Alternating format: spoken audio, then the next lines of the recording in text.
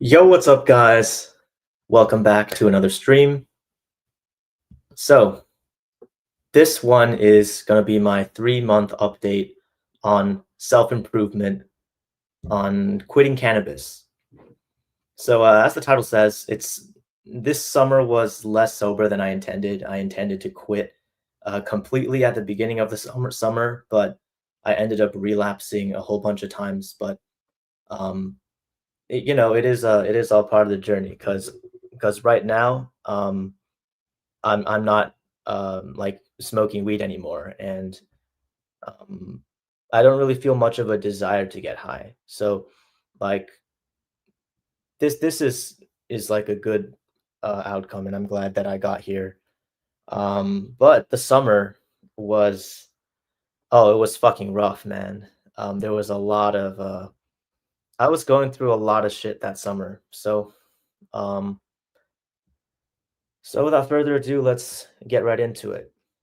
So this stream is about how I went from a giga turbo pothead loser to a struggling improver. So it's about my ongoing journey to overcome escapism and executive dysfunction so far. And I'll be talking about the successes as well as the setbacks.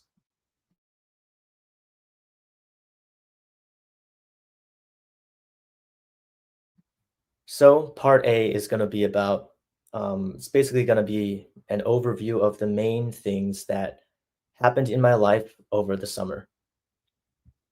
So, starting mid to late May, this is when the college semester just ended for me.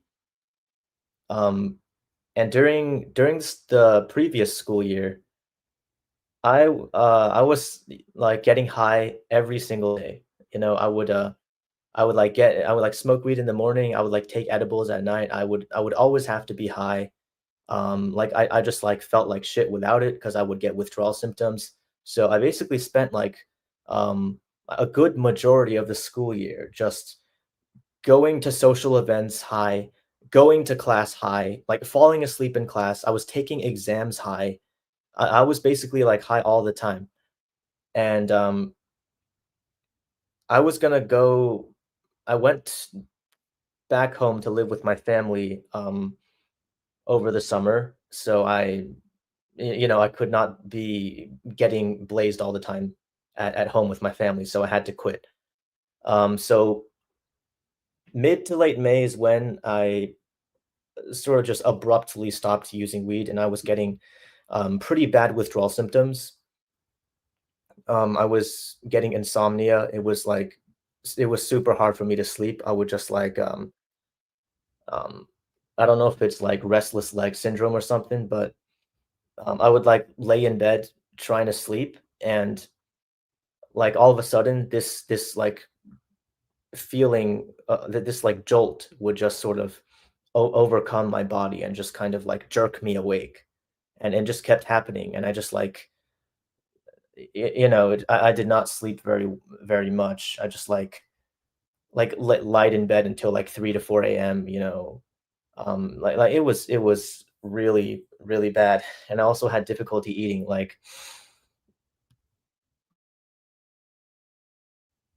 Um so like right after my dad picked me up and took me back home, um my brother and I went to a restaurant to have dinner. Um, and like it was so I wouldn't say it was hard for me to hide the fact that I was withdrawing, but it's like the feeling of food touching the back of my throat just made me nauseous. Like I just did not want to swallow. Like eating made me want to throw up. So I just said like I'm not hungry, and I don't know, like it's out of character for me because it just doesn't happen. So, like, obviously, I couldn't explain to my dad why, but, yeah. Also, it's the anxiety. It's like I'm just, like, going through cannabis withdrawal, I was, like, physically, like, shaky. I was, like, restless and antsy on the inside. Um, it was just so hard for me to calm down and relax because, I used weed because it helped me relax, and it just made me feel good. It made me euphoric, but one of the things it helped me with was weed helped me fall asleep, and it helped me feel calm and cozy and relaxed. So the withdrawal is basically the opposite of that.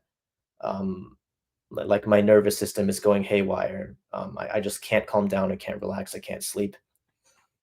And I've been through cannabis withdrawal before because I also um, last winter I went home to live with my family for the holidays, and um, I was going through withdrawal then, and like I had a panic attack in the bathroom in my house, which was pretty brutal because I like seriously considered like asking my mom to take me to the psych ward, bro. It's like I'm so glad that I didn't because that would have probably fucked things up more. But it was like scary because I didn't know that what I was feeling was a panic attack at the time. I was just like I thought that I was gonna like have a heart attack, bro. Um, but that was last winter. So this this summer's cannabis withdrawal, I'd say overall it was actually worse because I caught a cold at the same time as I was going through the withdrawals. So, in addition to the symptoms I already mentioned, I was like, I had like a runny nose, I had like nasal congestion, I was sneezing all the time. It's like I felt like this really like annoying lump in my throat. You know, every time I swallowed, I would feel it and it would bother me so much. And it got to the point where like just swallowing at all made me feel nauseous. Well, not nauseous. I mean, because I didn't feel like dizzy or anything. I just felt like, oh wait, the gag reflex. That's what I was getting at. Like just swallowing my own spit made me. It was like triggering my gag reflex, and I just hated the feeling of swallowing. Um, so that period was like super like hard to go through for like several days. And like the worst night during this period, it was like fucking unbearable. Um, it's like swallowing with my sore throat hurt. It was painful for me to swallow because my throat was that sore. And I had like that restlessness and the insomnia when I was in bed sleeping at trying to go to sleep at night. And I just like got this like really bad like feeling of despair and hopelessness during that night, as well as anxiety. And it's just like that shit just felt like hell. Like I needed relief. So I smoked weed and it made me feel a bit better so I could go to sleep. Um, so that's mid to late May.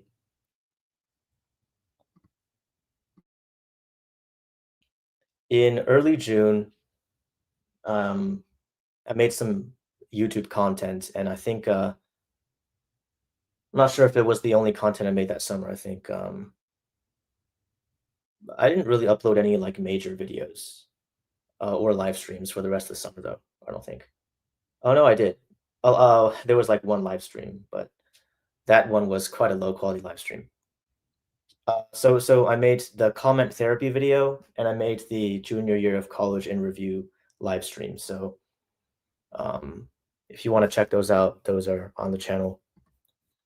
Mid June, so some shit happened. You know, I just out of the blue, I found out that I got banned from Discord because I was a member of a server that people were breaking the rules in. Um, I literally, like, joined the server and then, like, never touched it again. I joined the server, I thought, "Oh, this looks pretty interesting," but then I just kind of forgot about that server, and I never interacted with the server. I didn't know anybody in the server. Like, I would just that server was just, like, sitting on my server list. And then all of a sudden, I get banned from Discord because the people who were in that server were breaking the rules, but I didn't know that they were doing that because I didn't look at the server. Um, but this was my 3rd strike because I already had strikes on Discord before, and it was for the same exact reason. It was because I joined some server, and then I just, like, didn't go to the server. I just forgot about the server, and then it turns out people were breaking the rules in that server, and then I got a violation. So, like, that happened 3 times in total on my account, and, I got banned permanently.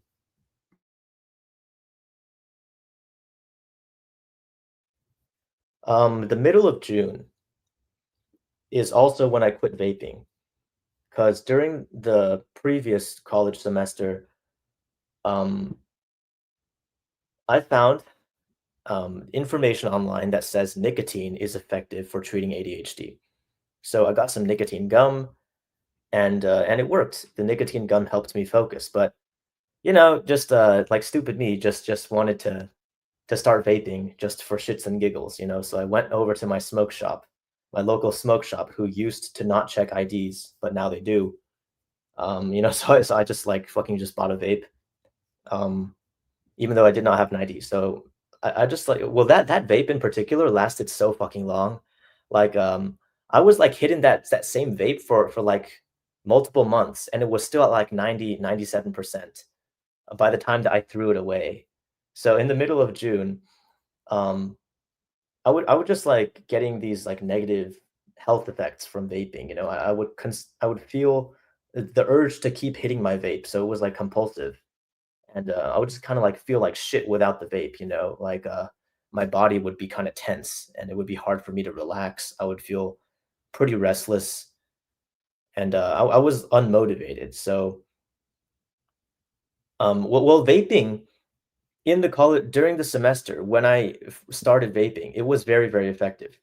Because if I was procrastinating and I needed to do something, but I couldn't get myself to start doing it, I could hit my vape. And when the nicotine kicks in within seconds, I would instantly start doing the thing that I procrastinated on. So I was like, okay, shit, I have like a cheat code to life. Whenever I need to do something that I don't want to do, I can just hit this vape that's like pressing a button to start. Um, but over time, it started being less and less effective. And I started to be less motivated. And I started to procrastinate even more when the times that I was not vaping. So that's just nicotine dependence, So I saw that I was having a problem. And because I was like, at this point, I was like staying up late at night to like 1, 2 a.m. watching movies while vaping. So I was just like, "Okay, dude, it's over, man. We're gonna throw out the vape, like, I'm done." Um, yeah, so that's the middle of June, and in, mid to late June, I started going through nicotine withdrawal because I quit vaping.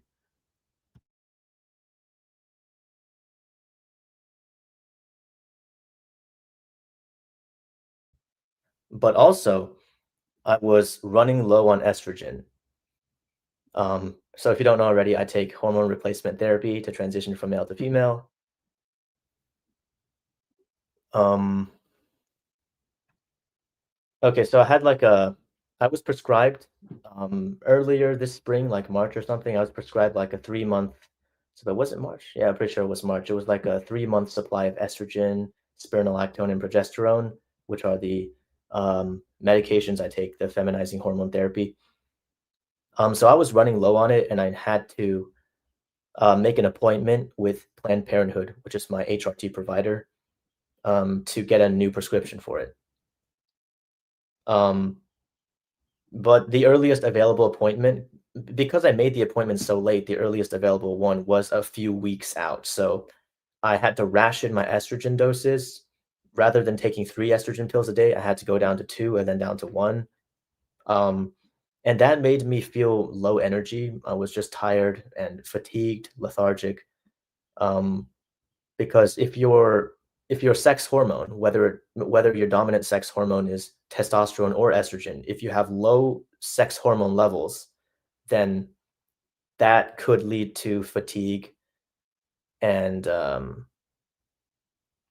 basically just like depression and fatigue. So since I quit vaping and I was getting some nicotine withdrawal symptoms, I thought it was a good idea to just head down to my local Walgreens and try some nicotine patches. Because after all, I was quitting, so that's legit. It's a legitimate use. But the real reason why I wanted to do it is because I wanted to see if I could use it for productivity because nicotine patches are the longest acting way to take in nicotine. It's like a 24-hour release of steady nicotine. So, I just wanted to try it and see if it would work.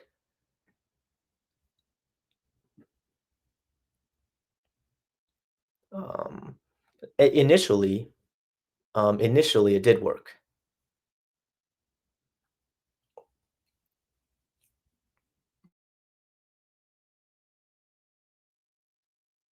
Initially, it worked very well. The first time that I slapped on that nicotine patch, and well, okay, well, here's something pretty stupid I did because when I went to Walgreens to buy the patches, I didn't I didn't even know what doses of nicotine patches existed. So I just, like, asked the cashier for, like, "Yo, do you have nicotine patches?" And then he pulled out, like, the first one on the shelf, and I was like, "Yep, I'm gonna buy that." And then as I walked out the store, I went on my phone and Googled, and, I realized that I accidentally bought the highest dose of nicotine patch when I actually wanted to use the lowest dose. So it was way too strong. But the first time that I slapped on that patch, I cranked out 5 YouTube Shorts in one sitting, and these 5 shorts were YouTube Shorts that I was procrastinating on making for weeks.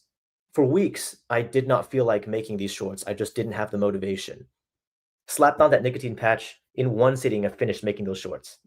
But soon, after, like, 2 to 3 hours, the patch started to make me feel like way too stimulated, like my heart was beating too fast and my I felt like my blood pressure was too high. I was starting to get a bit dizzy. I started to get anxiety, because the patch dose was way too strong, so, I just took it off after, like, 2 to 3 hours. And, that is how I would use these set of patches that I bought. I wouldn't put them on for 24 hours like they're intended to be used. I just put them on I kept them on for, like, 2 hours, even sometimes less, like less than 1 hour, because as the nicotine level increased, it would just get too strong, so I had to take it off. Um, but that was the initial outcome, it was positive, but within a few days, it's okay. Oh, I forgot to mention that, within these few days of me using the patches, I responded to emails that I procrastinated on replying to for a month or more. So I really started to get some shit done. I felt like I was getting my life together, but soon I was building up a tolerance to these patches. So and this okay, so in the meantime, I actually went back to the Walgreens and I bought the lowest dose of patches, which is 7 milligrams, and that one did not feel extremely strong. But my tolerance to those increased really fast. So within like several days of using the 7 milligram patches, I just felt normal when I slapped on the 7 milligram patch. It just gave me relief from the withdrawal symptoms. And also, with the patches, even with the 7 milligram lowest dose of patch, I got pretty bad rebound effects. So when I put the patch on, I would keep it on for however long I needed to use it, like let's say like 2 hours. And when I take it off, I would get this like rebound effect, which is basically the opposite of the effects of the nicotine.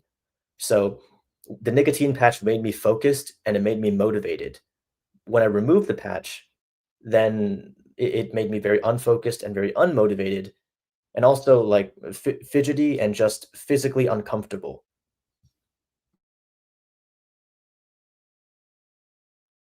Like, I don't know if it's just that my body is more sensitive to it because a lot of people on the internet said that nicotine patches are non-addictive.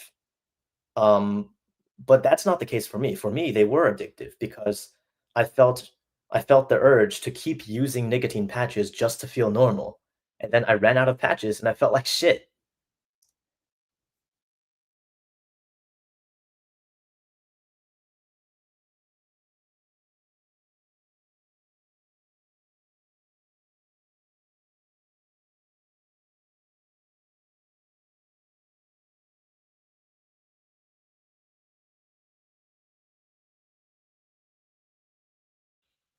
So at the end of June, something happened. I got busted. Because you see, at the beginning of June,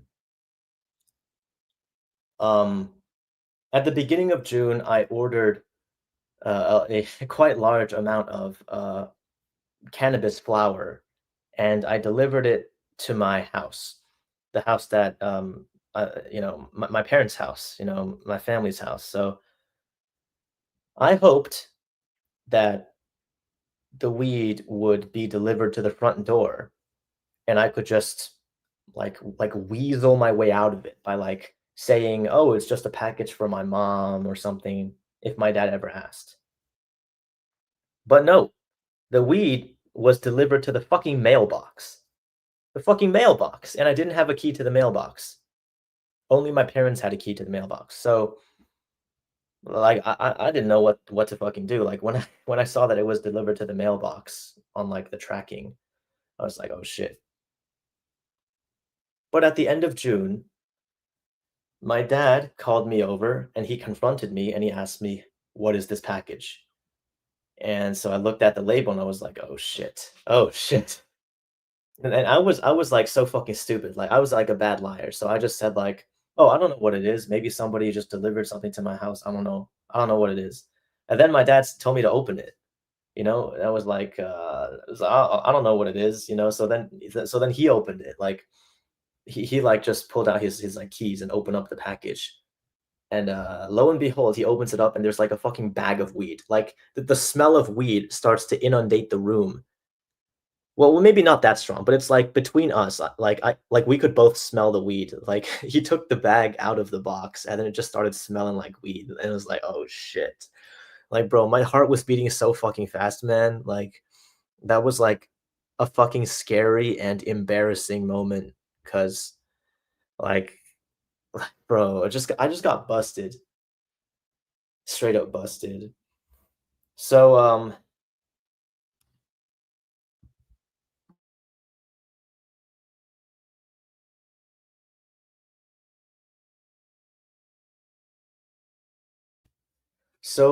my dad, um I got in trouble with my dad. My dad sat me down and we had a talk. And now this was really fucking annoying. The thing that I had to deal with because I have this like personality trait or like mental thing where if I'm nervous, I like a lot of times I just laugh. So like one example was I got in trouble in middle school and like there was this teacher who was like notorious for being like super harsh on the punishments. He was like kind of a mean teacher, and like he was like talking to me because I was in trouble, but I just kept giggling, like I just kept laughing. I could not keep it together because when I'm nervous, like when I know that something bad is about to happen, I just laugh. Like that's how my brain reacts. So my dad was like very sternly talking to me about what I just did. It's like you spent your mom's money to buy drugs and you sent marijuana to our house. And I just bro, I was putting my hand over my mouth because I could not keep it together. I kept fucking laughing. And I knew it wasn't funny. It wasn't funny, but I just couldn't stop laughing. And that made things worse because my dad thought that I wasn't being serious. Like my dad thought that I thought it was funny oh, it's funny to like do weed, but it's like I know it's not funny, but I just couldn't stop fucking laughing. Like,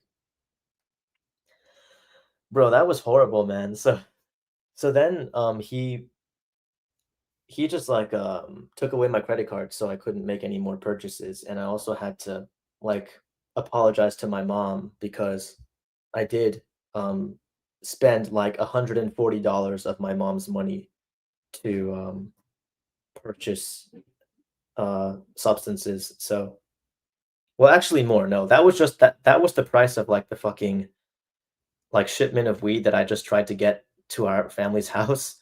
But in total, like over the previous school year, I spent like over $600 on THC products. And those I did not earn myself. Those were all earned by my mom through her hard work. So Obviously very irresponsible of me, and, after I got busted, I just had to come clean to her, so I told her what's been going on, and, yeah, yeah, so my parents don't trust me anymore, you know? Like, my dad's even more fucking disappointed in me.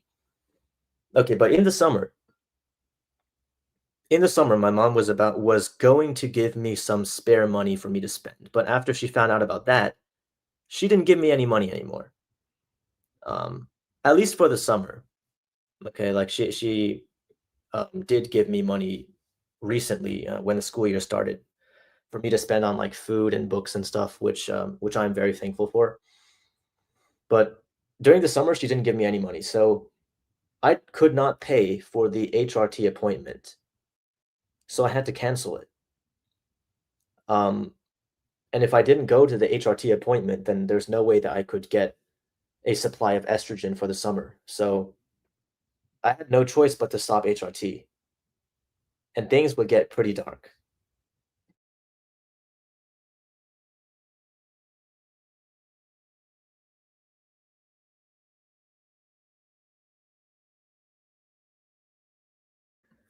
This here is the community post that I posted after I got busted.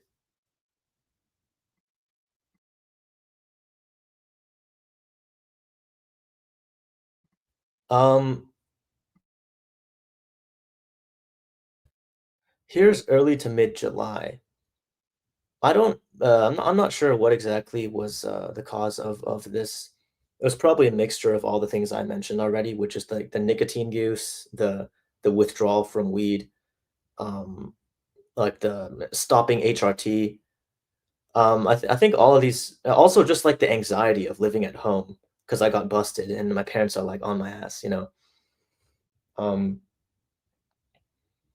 yeah, all these factors combined would probably led to this, but there was like 2 nights in a row where I was just fucking suicidal, you know? I just wanted to fucking die. Um, so I tied a rope in my closet and like I didn't actually want to like end my life that night, but I just like felt the desire to see what it would be like to almost die. You know, like I don't know, it's like this indecisive kind of on the edge trying to edge towards it, you know? So I like put the fucking like rope around my neck and I was trying to see if I could sort of inch a little bit closer to unconsciousness every time. But no matter how hard I tried, it didn't work. And I'm glad that it didn't work because I don't want to kill myself now. Because my life has improved. Um, but man, like those 2 nights were like pretty fucking dark. So cause I couldn't take HRT anymore, I decided that I was gonna get a PO box to receive estrogen that I would buy online. Um, yeah, you know, like I felt like a fucking like scheming weasel, you know, like sneaking out of the. I wasn't sneaking out of the house. I just like went outside, and my parents probably thought I went for a walk. You know, I just went for a walk, but I was actually going to the post office to like turn in a PO box application and like going to the PO box to pick up mail and shit. So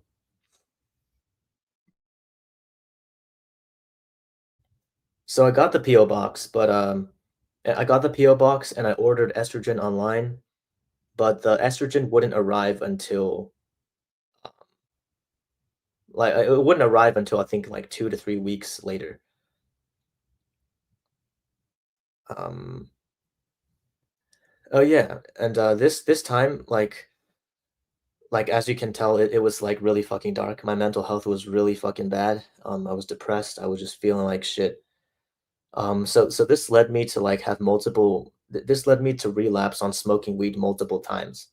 So I started like smoking a joint in my closet and it escalated to me like sneaking outside the house at midnight to smoke in the backyard. You know, so that's like the major relapse. But throughout this period, I forgot to mention, I was sort of like micro dosing THC edibles just to help with the insomnia. Um, I don't consider those to be, like, relapses because I wasn't doing that for, hedonism. I was taking very small amounts of edibles. I took, like, a quarter of an edible that I cut into fourths with scissors, um, just to help me fall asleep a bit better and feel less shitty. Um, I don't consider those to be relapses. That's more like tapering off to deal with withdrawal.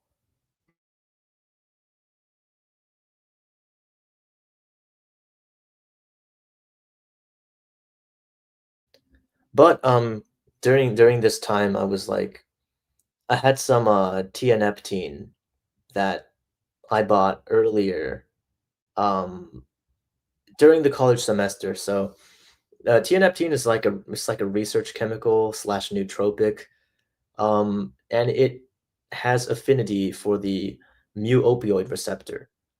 It is a prescription drug, that is approved in other countries, not the US. It's an antidepressant.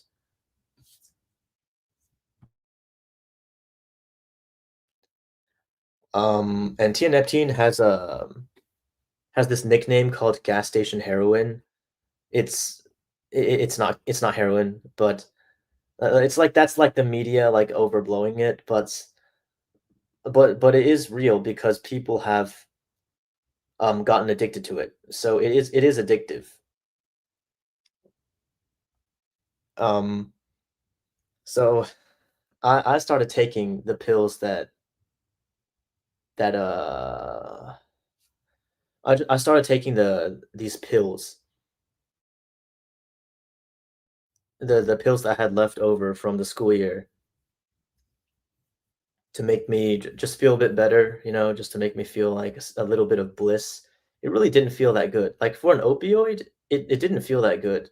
Barely felt like anything. I did feel this like euphoric feeling when like tingles of coolness, like cool air. It's like a breeze, this like tingle of like a cool breeze on my body kind of spreads all over my skin, which felt really nice, but it only lasted for like a few minutes. It's like if that is what opioids feel like, then like I don't get why anybody would take opioids. Like this is like not a good drug to do. It's like it doesn't even feel that good. But I was like, oh wait, also in addition to doing this, I did the before I was using the tianeptine sulfate pills, I also had some like powder of tianeptine sodium, which is like a faster releasing version. And I was like mixing the powder into like water, and I was like drinking it. Um, and I only went over to the sulfate when I ran out of. No, I didn't run out. It's because I was like every night for like 3 nights in a row, I was like drinking the tianeptine sodium to get this like shitty like really short opioid buzz. And then like there was this like one night, I think it was the first night I did it. I like drank too much of it, so then I was like throwing up in the toilet.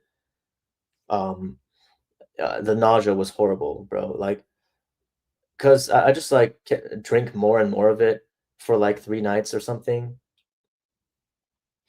and so I just decided to throw it away because I was like, okay, shit, dude, I don't want to get addicted to fucking opioids, so I just threw it away. But I still kept the tianeptine sulfate pills because those are like less addictive. Those are like longer acting, has a slower come up, slower come down. And it's like, dude, I was just like abusing that shit in my room. So I bought ginger root extract, which is a natural antiemetic, just so I could take this opioid without getting nauseous. And I took a bowl from the kitchen. I took the bowl and I put it in my room, and I just had it there just in case I had to throw up from the tianeptine. Um,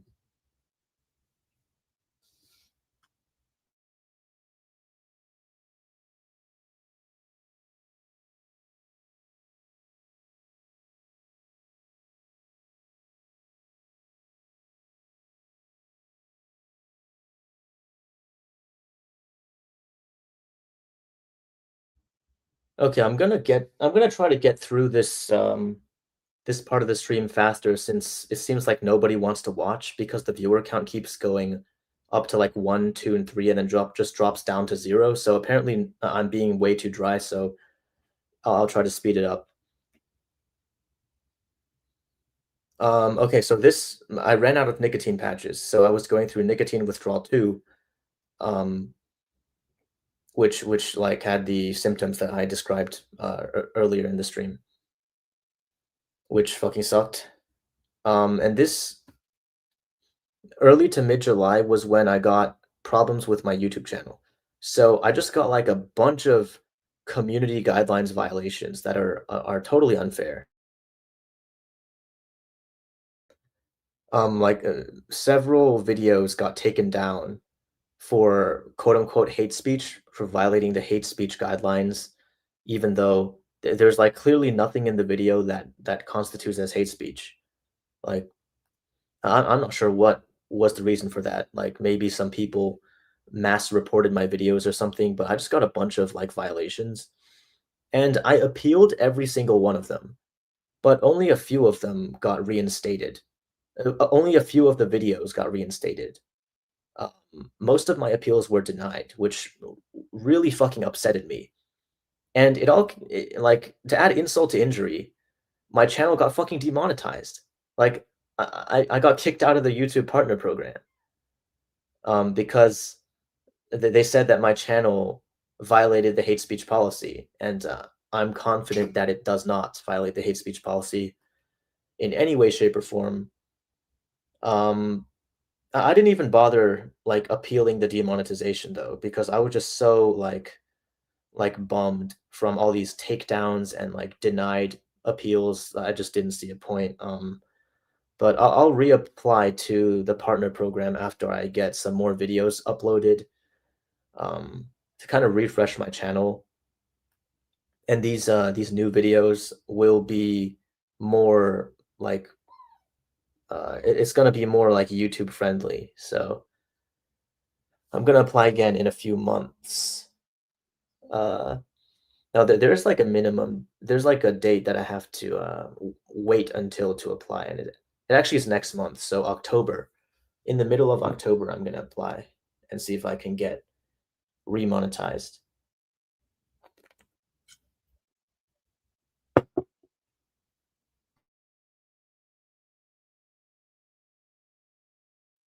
Um, in early to mid July, I also felt like fucking shit because I was off HRT and my testosterone was coming back up. So, because my sex hormone levels were low, I lost motivation and I had no energy. I was really fatigued, really lethargic. Like getting through the day was just so hard. Like I just wanted to like lie in bed and do nothing.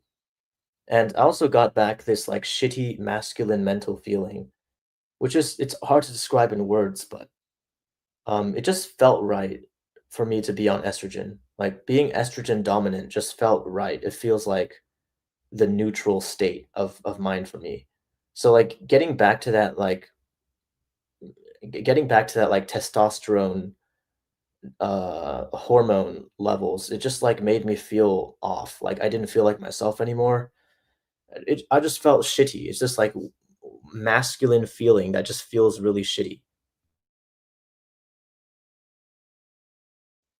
Um what it also did, like, here's like something I really don't like about testosterone is that it makes me feel, um, like, emotionally constipated. Like, when I'm on like, natural male hormones, I just can't cry, like, I can't really, like, feel much emotion most of the time. Like, I feel very, like, emotionally flat and just, like, emotionally repressed. Like, the estrogen opens up my emotional range.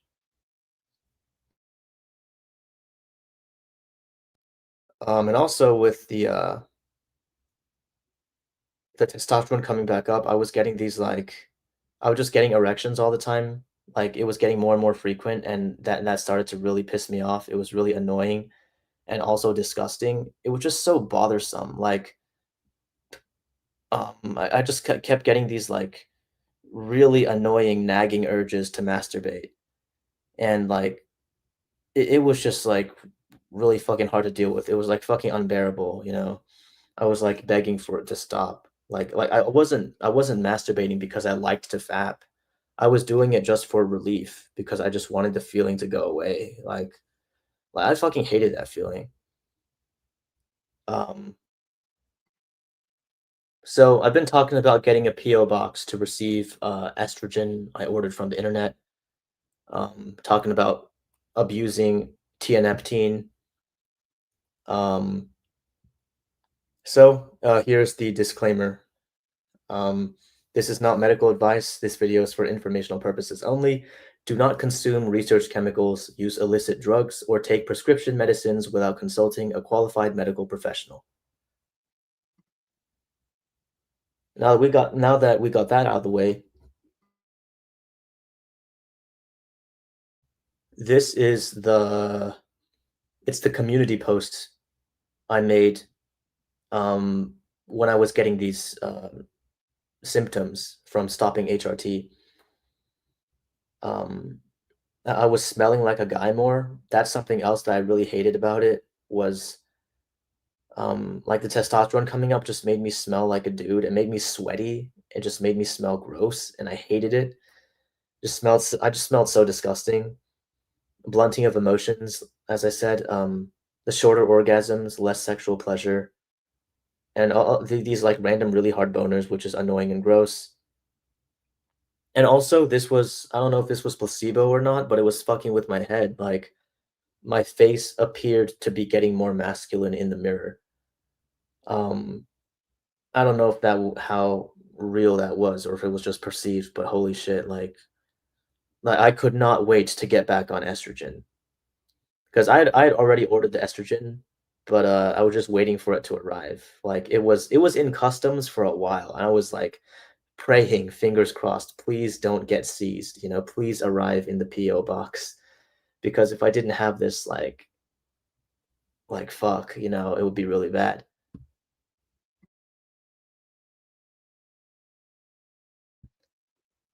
So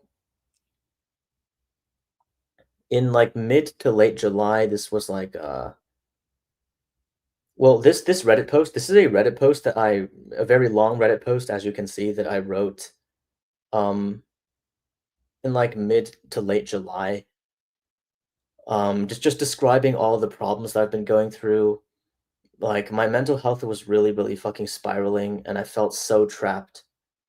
And like my dad was also like having these talks with me about why I shouldn't transition and how I'm gonna ruin my life and like how I'm a man and I'll always be a man, I'll never be a woman, and like how the trans thing is just like it's a fad that's just invented by the left. I hated having to like sit through those talks that my dad would give me trying to like change my mind and like detransition, like it really like just made me feel so much emotional pain. Um, like, bro, I was going through a lot at that time, but I'm glad that I made it out.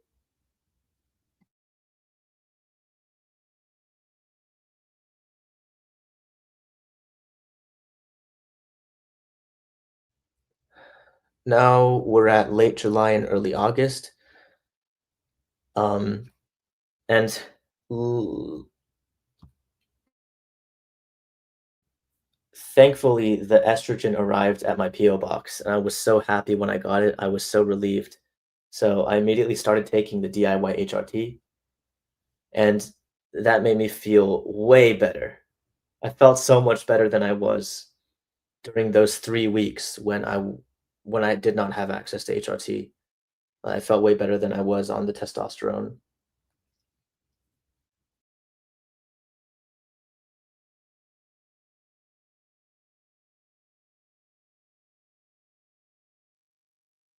Also during this time you know what else I bought to the PO box? I got some research chemicals delivered to the PO box. So This is I bought an analog of modafinil, and modafinil is a wakefulness promoting drug that is prescribed to narcoleptics. So it keeps you awake, but it's also a central nervous system stimulant. Modafinil blocks dopamine reuptake. Modafinil blocks the dopamine transporter, which is a mechanism that ADHD medications like Adderall and Ritalin also do. Adderall and Ritalin also block the norepinephrine transporter, whereas modafinil, the research says it blocks the norepinephrine transporter a tiny amount. It is mainly a dopamine reuptake inhibitor.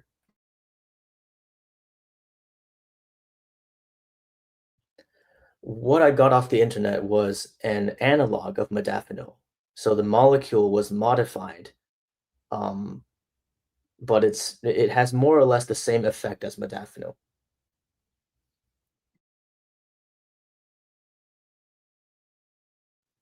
I when I took it, I was taking it for productivity, for focus, for motivation, and it was much cleaner. Well, it felt much cleaner, and it was far more effective than nicotine was for motivation and focus. Um, so first time I took it, it just I just got so much done in like the first few days. Well, okay, well, what I was actually doing was I was taking it like one day I would take it, and then I would take like 1 or 2 days off where I would not take it, and then I would take it again. So I would like take this every 2 or 3 days because I didn't want to build up tolerance, one, and two, because it's a very long-lasting drug and it keeps you awake. So when I took it, like, the day that I would take it, the night of, I would not be able to fall asleep for, like, a few hours. I would, like, fall asleep at, like, 4 AM, and I wouldn't get very good sleep either. So, like, that's, like, a consequence that I wanted to avoid. Like, I can't, be sleep deprived multiple days in a row, so I only take this pill once every few days, but it made me feel driven. It got rid of, like, the mental barriers to starting tasks. So I got so much done, like, before taking modafinil, my actions were aimless. I was kinda, like, wandering around my room daydreaming, not really motivated to start tasks, not having a hard time focusing, but after I took it, my actions became goal-directed, and this pill it felt like, to me, the ultimate anti-procrastination pill. I could begin tasks immediately, as opposed to stalling for hours.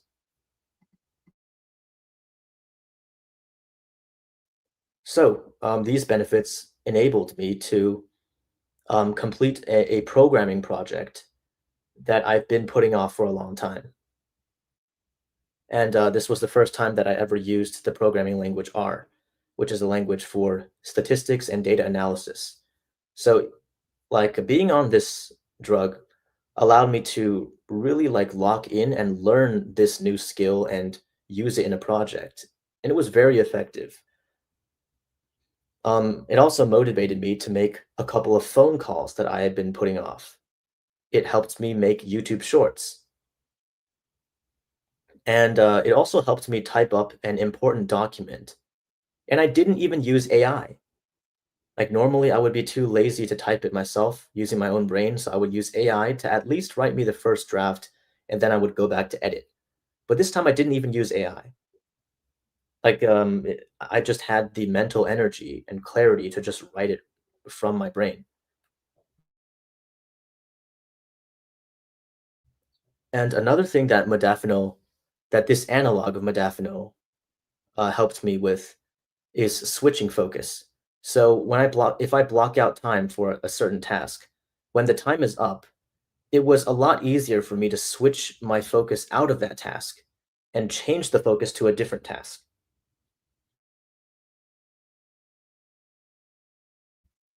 Whereas without modafinil, when the time is up to do a task, if I want to like continue to do that task, then I'm gonna have a hard time switching to a different one. Like if I switch to a different one, I'm still going to be thinking about the thing I was doing previously. So like modafinil allows me to just kind of like switch my mental state at will. It basically just gives me control of my focus. It also made productivity feel rewarding. So it gave me a dopamine reward for productivity. Because before modafinil, I barely felt a sense of reward from finishing tasks. I just felt mildly relieved that the effort is over. Like like, "Whew, I don't have to put in the hard work anymore," you know? I just hate hard work.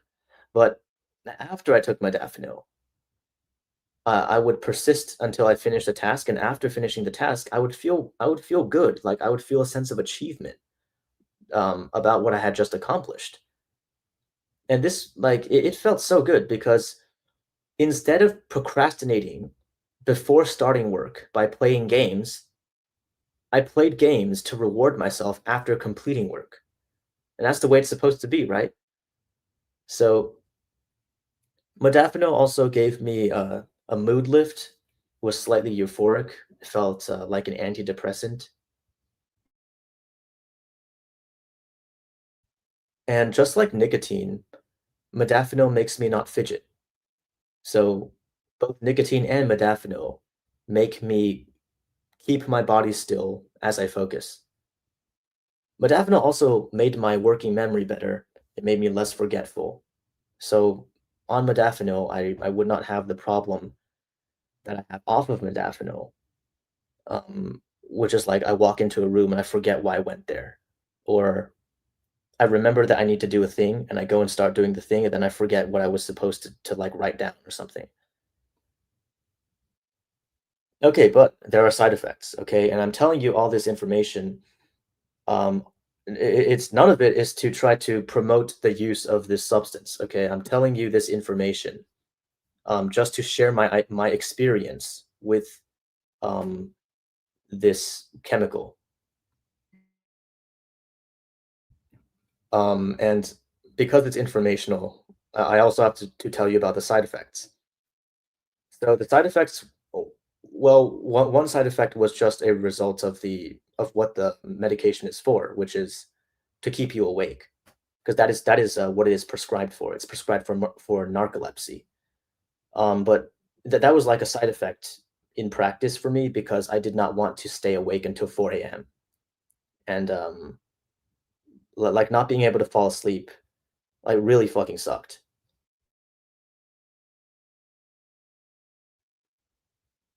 Another a side effect was a fast heartbeat. So my heart beat fast on it because it's a central nervous system stimulant. Um, I also felt this kind of like emotional blunting, a reduction in like the fun kind of spontaneous aspects of my personality. I felt kind of like a personalityless worker drone on it, which is also a it's an experience that people report from taking ADHD medications like Adderall and Ritalin. The emotional blunting.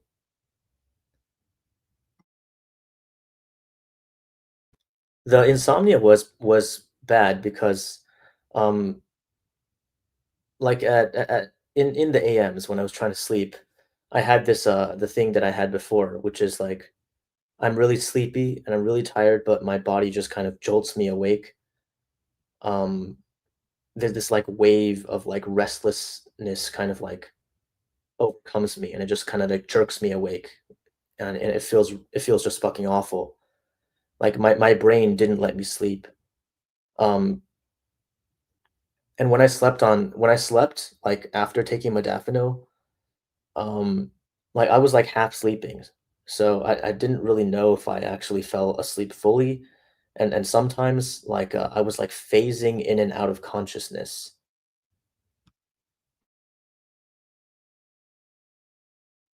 Another side effect I experienced was skin itchiness, and this is a noted side effect of modafinil, that in rare cases, it can cause severe skin reactions. So, That is a potential side effect that you should be aware of. Also the rebound effects, like with any drug, because the brain adjusts its neurotransmitters while the drug is active. So when the drug wears off, the brain is in this like dopamine deficit state because it was getting like flooded with dopamine while the drug was active, and it was like down regulating the dopamine, right? So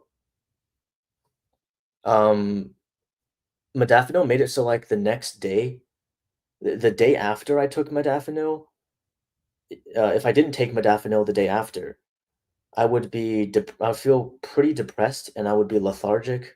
I would be tired and unmotivated and unfocused, more so than I would be usually had I not taken the modafinil at all.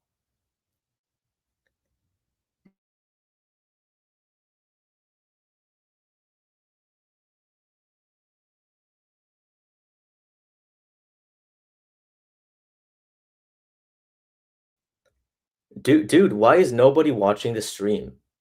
Is it that bad? Like none of you guys care about drugs? None of you guys care about improving your mental health?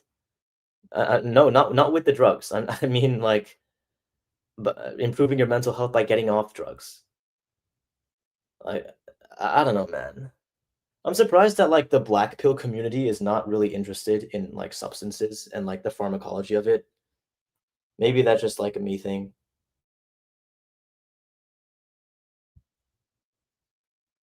But I'm giving all this information in the stream because I think it could be useful to people who um, it's useful for harm reduction because I'm warning people about the side effects of this because it is about to get pretty bad because all the things I mentioned already were not really that bad side effects. But then, like this was after like several days of using modafinil on and off, like one day on, one day off, alternating.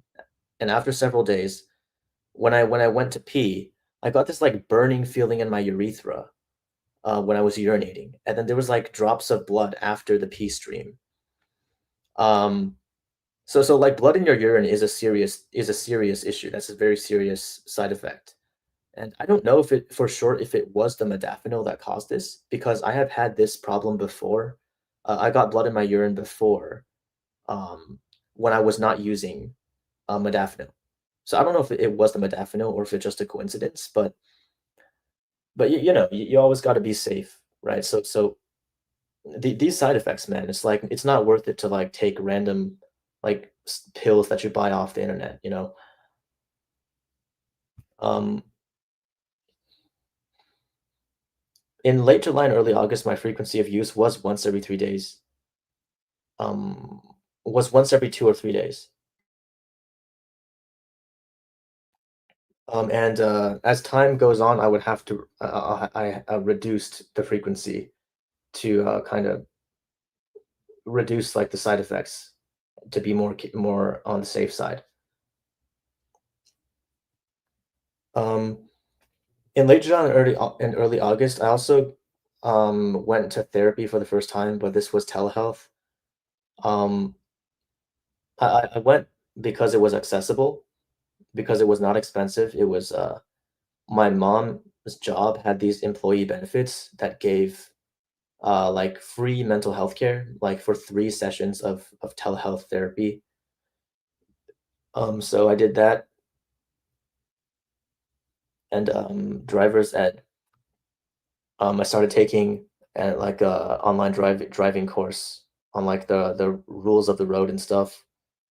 Um, like it's a step towards getting my license, and modafinil made a difference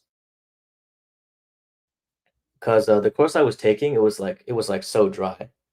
Yeah, like I didn't like get the popular like interactive driving course like Aceable. Aceable is like the most popular one, but I didn't get that. I got like a cheaper one to save money. But the one I got was like it was like all reading. It was like pages and pages of reading. It was like so dry.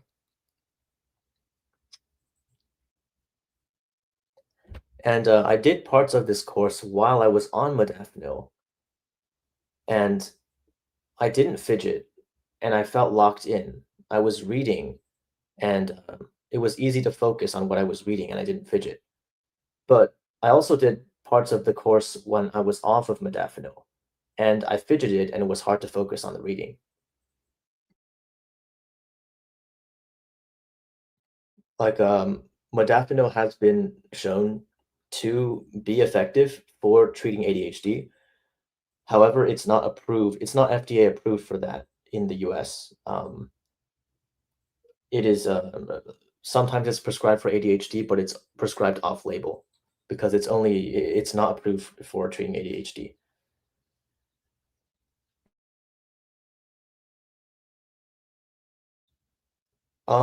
Okay, so I've tried nicotine gum, I've tried vaping, I've tried nicotine patches, and at this time, I tried nicotine lozenges, which I still use to this day.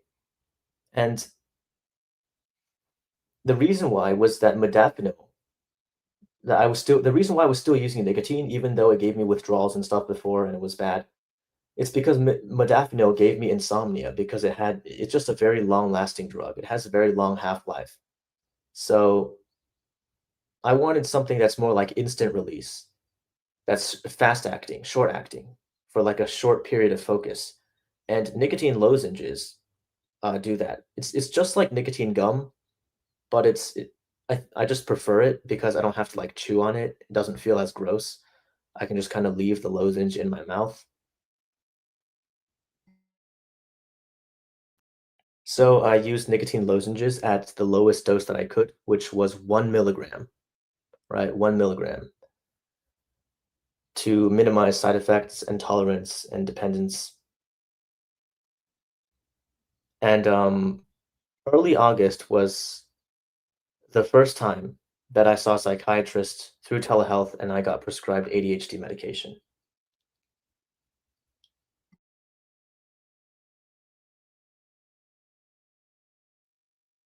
But the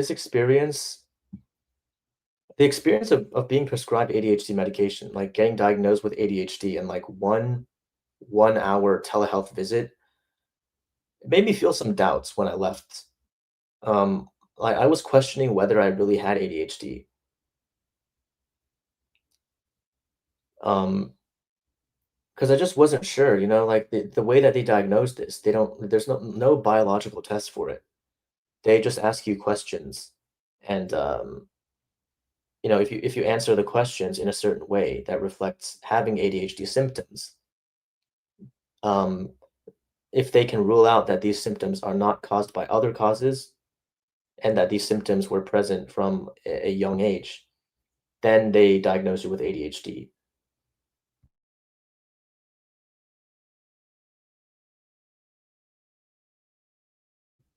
But I felt some doubt after I was diagnosed. I felt doubt because I was like, and this is something that I've wondered all the time. I wondered, okay, what if I don't have ADHD? What if I just have a dysregulated dopamine reward circuit from many, many years of like ruining my brain with the wrong habits, like watching porn, watching a lot of YouTube videos, uh, a lot of a lot of instant gratification, like not a lot of exercise, not really eating healthy, not having a good routine. So I thought, okay, how do I know that I have ADHD and that my brain isn't just destroyed because of my own poor habits after many years?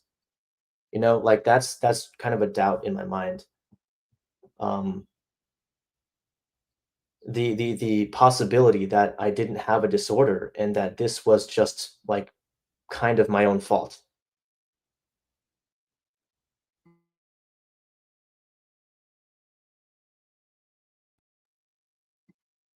Okay, let's respond to comments.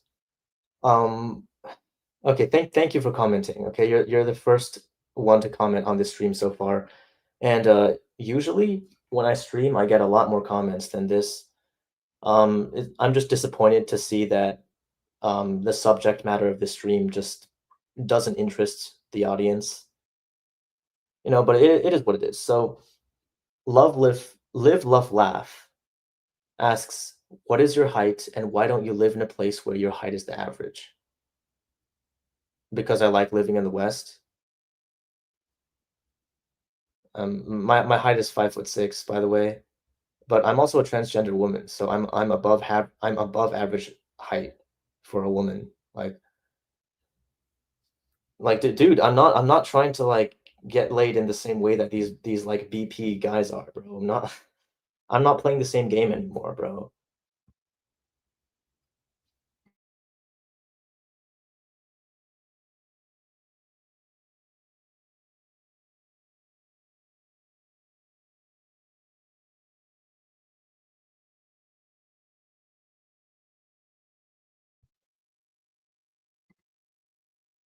Okay, so this goes without saying, but I'm gonna say it again.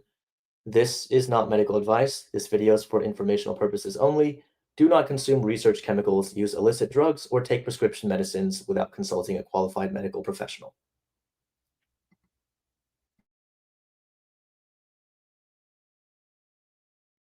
So this is a Reddit post that I did not write. Um, I did not write this post. This was somebody else, but they said that I wish there was a better way to diagnose ADHD. Um, because like I agree with this post, and I think this post is a very good one.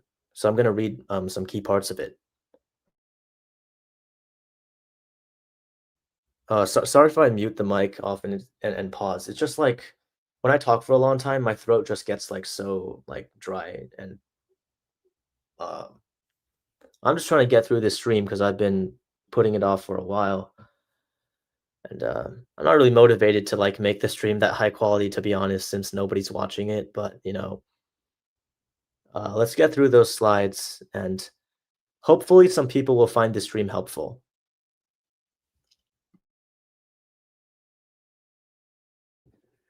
The two main problems with most ADHD testing, in my opinion, are the many useless tasks slash sections, and the ease to fix the results, even unintentionally. I wanted to focus on that second part. I think it's incredibly easy for teens and adults to get a false ADHD diagnosis by consciously or unconsciously altering answers, behavior, and performance. Like, really easy. As someone diagnosed at age 18, I hate this because in the back of my mind, I always second guess my diagnosis. I, like many teens or adults getting tested, was well aware of all the symptoms of ADHD before my evaluation. I researched some beforehand to even make the decision to get tested.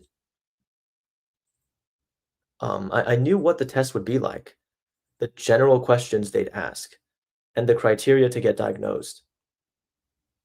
I went into the evaluation doing my best to not be influenced by this knowledge, but I don't know, it's hard not to.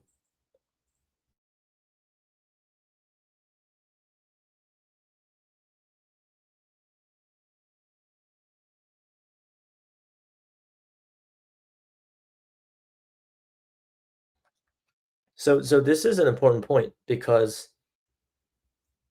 when you're an adult and you like most adults who get ADHD testing, they do so after they have researched the symptoms of ADHD and come to a conclusion that they probably have ADHD. So they could be kind of biased when they report their symptoms. And human memory is known to be very unreliable.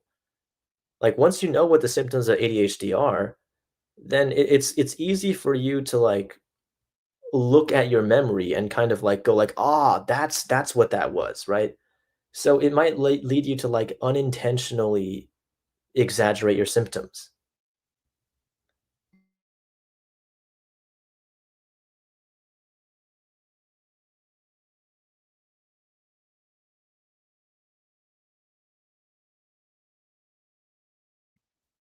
Live Love Lab says, "Yeah, I have the worst ADHD. I procrastinate. My plan to stop procrastination." Oh man, yeah, that is something I struggle with too. Like whenever like someone says Someone that like some article or some video says, "Here's a like an ADHD hack, here's a strategy to manage ADHD." I'm not motivated to implement that plan. So there's a bit of a catch-22 there. So he says, "I don't think there's a solution in the modern world unless you go to the woods for good like Uncle Ted." The American healthcare system solved the symptoms rather than the problems, so nothing new. Yeah, but not every problem has a solution. Sometimes you can just manage the symptoms. Sometimes that's good enough. But, that is true. That is a good critique because, a lot of times the American healthcare system, they just like prescribe a pill as like a first line treatment.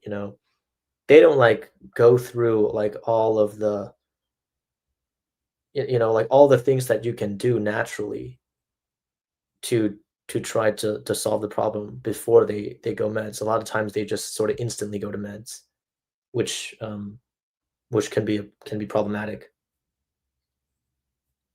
It isn't good for your bank account though.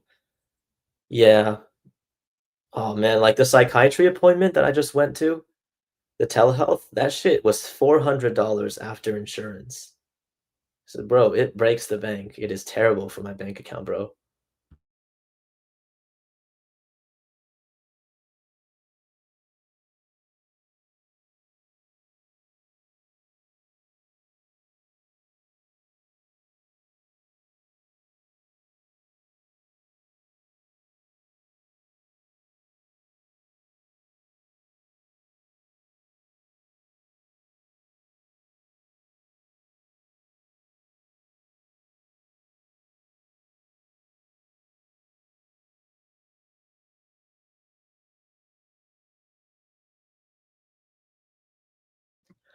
Okay, Live Love Laugh says, ironically, Breaking Bad will not have happened if it was in Western Europe. You Americans got it bad. Yeah, that is a good point. Never thought of that. But okay, we got to get on with the stream. So mid to late August. The only like really significant thing that happened during this period was modafinil related. So my life was pretty boring in other areas, and my mental health was improving because those like the shitty symptoms from the hormones fluctuating and from the withdrawing from nicotine and weed and all that, those were kind of getting solved. Like my brain was finally leveling out at this point.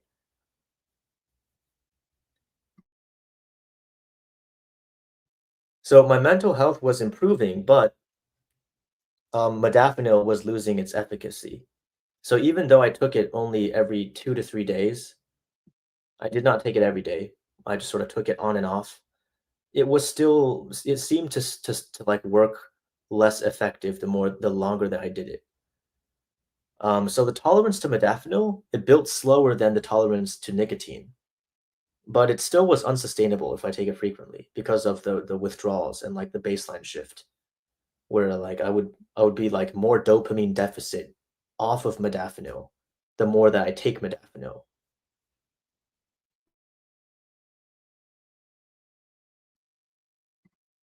Yo, I'm Illusion. What's up? Um,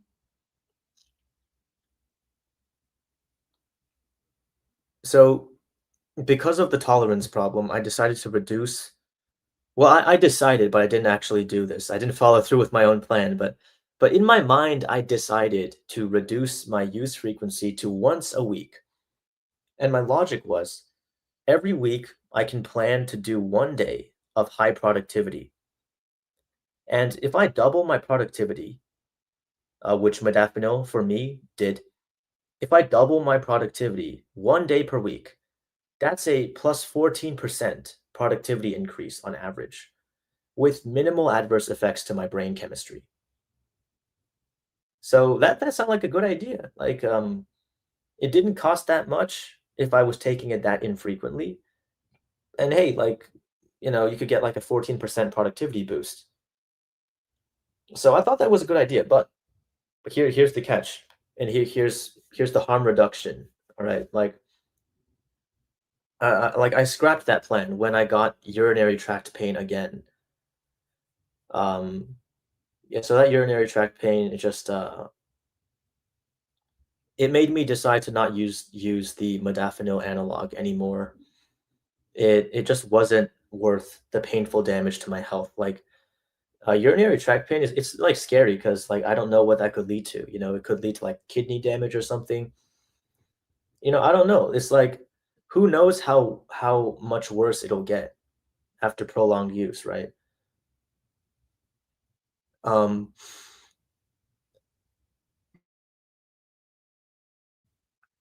and I'm not sure what the cause of the side effects were, whether it is the molecule itself, which is like a substituted modafinil or something. Um, I'm not sure if it's that molecule or if it is some impurities from the production process, because this is from like an online nootropic vendor. Like, can I really even be sure what I'm getting? You know, like this is not pharmaceutical grade. This is not FDA. It's not FDA approved, right? So I don't know what other like chemical residues could be in these pills. So like maybe that could have been what's causing the problems, you know?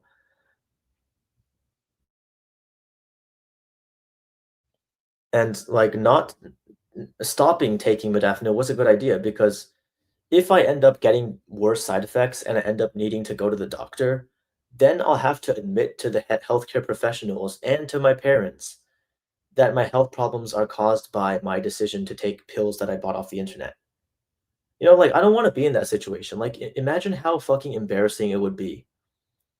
Even after I got caught buying weed by my dad, for me to get sick or have some health complication and then have to admit to my parents that it's because I took some stupid pills I bought off the web. Like, imagine how fucking embarrassing that would be, bro. Like, I would lose so much face. Like, I don't want to get there, bro.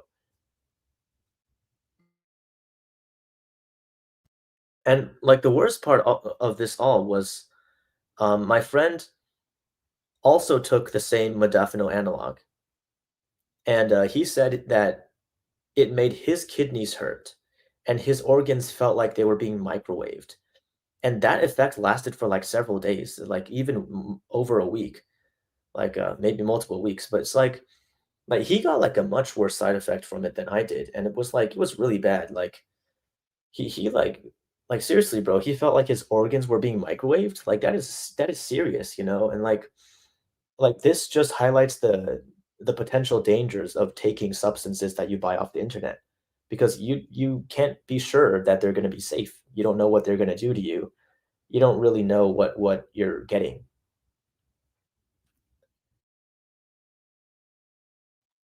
But despite all of this, I ignored my intention to quit because I needed modafinil to be productive. So I kept taking modafinil every 3 or 4 days, and, like, that's not a smart move given what has already happened, but luckily, I just got lucky. I didn't get the side effects anymore. I didn't get the painful, like, the pain in my urethra and shit, so I don't know, maybe that wasn't caused by the modafinil at all, but, you know, since something happened to my friend's kidneys and his body felt bad, then like, I don't think that's a coincidence, you know? I think that it was the modafinil and that there are serious side effects to this. So, um, uh, you know, as always, this is not medical advice. This video is for informational purposes only. Do not consume research chemicals, use illicit drugs, or take prescription medicines without consulting qualified medical professional. Okay, and now we arrive at now, early September. Okay, before I start this section, I'm just gonna answer I'm Illusion's question. What happened to your Discord? Um, okay, about that, let's go back to the. I got banned from Discord in mid-June. I got banned from Discord because I was a member of a server that I was not active in, but some other people in that server were posting some content that broke the Discord rules. I was not aware of that because I wasn't active in the server, but because I was a member of that server, I got banned. I'm Illusion says, "Do you have another account?" Dude, I'm not gonna disclose that, bro. You'll see, you'll see.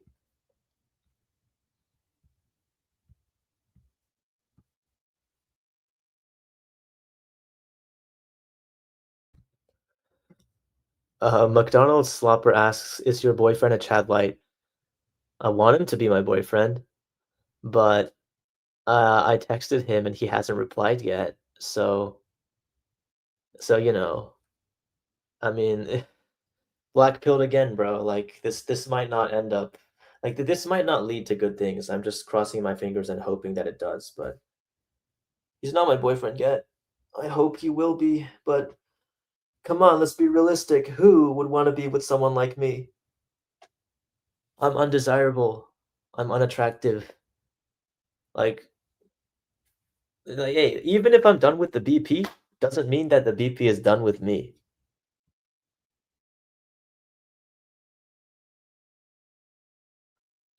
McDonald Slupper says you gave it up for free boodle, bro.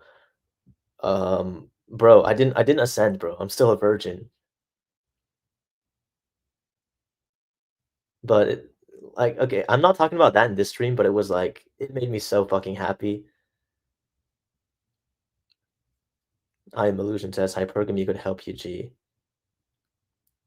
Well, how could it help me? Like I have to like I can't afford to be hypergamous because I'm unattractive. Like he's a no, low tier normie manlet who's like also kind of non NT. Like that's all I could get, bro.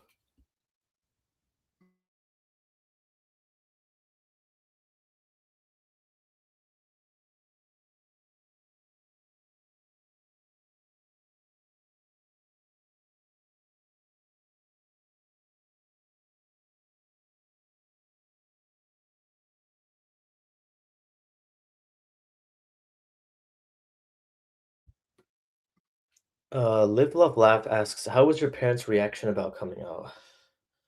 Hey, bro, dude, I'm so like fucking tired, man. I'm just gonna take a quick bathroom break and I'll come back. Because my throat is like so dry right now, bro. I can't even talk anymore.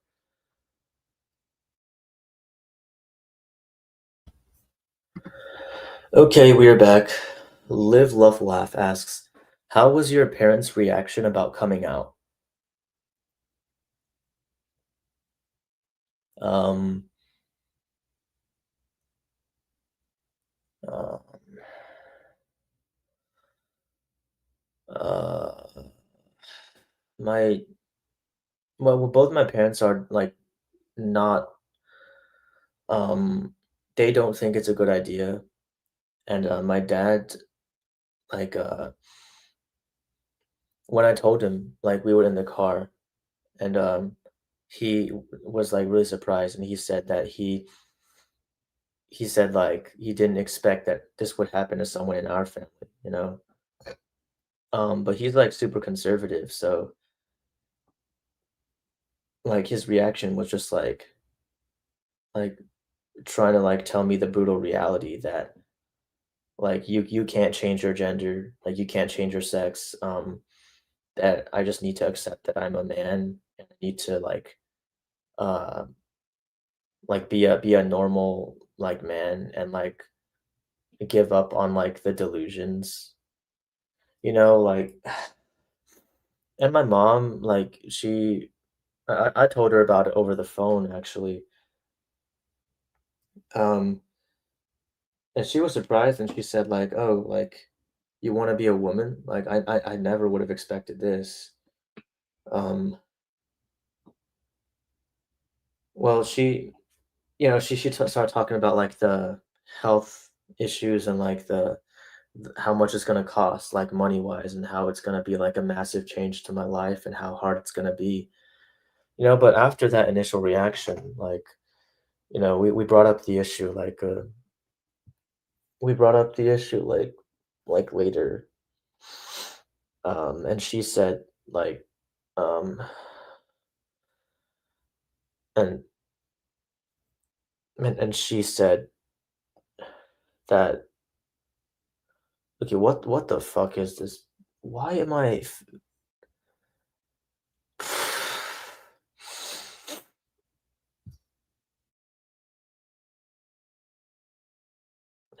All right, sorry about the cognitive delays, guys. I'm just not feeling it right now. I think I can explain why, but I'm gonna go into it right after this. So my mom, we talked about it later at home, and she told me that I was gonna ruin my life, which really fucking hurt my feelings. Like, it's like both my parents don't agree with it, but like my mom is kind of like more easygoing, so where my dad is like more no nonsense, and he's like more hard on me about it. Um,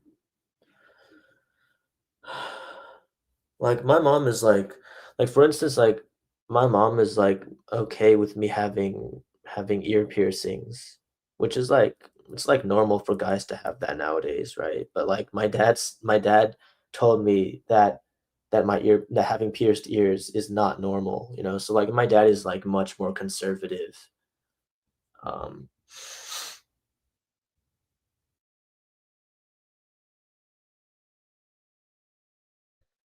um, all right, so that's that. Like I'm Illusion asked, do you have Instagram?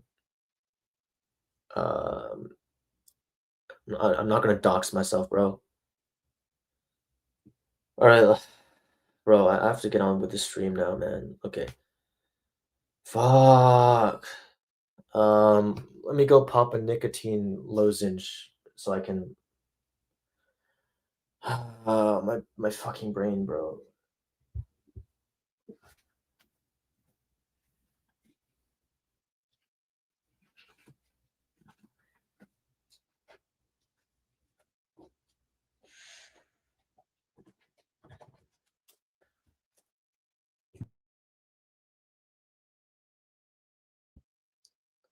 Thoughty one said, "Miss you, baby cakes." Hey, thanks. I am glad that you appreciate me. I am Illusion. Asks or TikTok. No, bro. I'm not gonna give you any of that. I'm not gonna make a public one. I have no interest in using TikTok. Like, sorry if I'm being a bitch right now, but like, oh, it must be the Adderall crash. Like, it's like the Adderall barely fucking worked today, and like now I'm having a fucking crash. Like, so it did actually take effect. I just built tolerance to it within a span of days. Like, fuck Adderall, man. Adderall like keeps like fucking with me, bro. It's like I would rather take modafinil than Adderall, bro.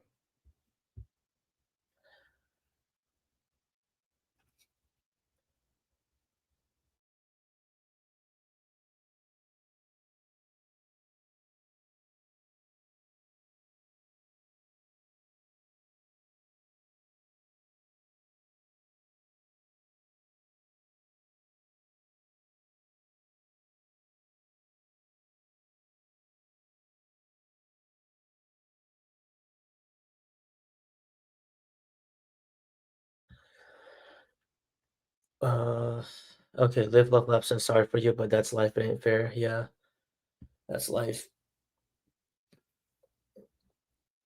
Holy shit, man! This lotion just giving me dry mouth. What the fuck, man? Oh, come on, bro. We still have like half the stream to go. Fuck. Come on. Come on, you got this. You got this. Uh,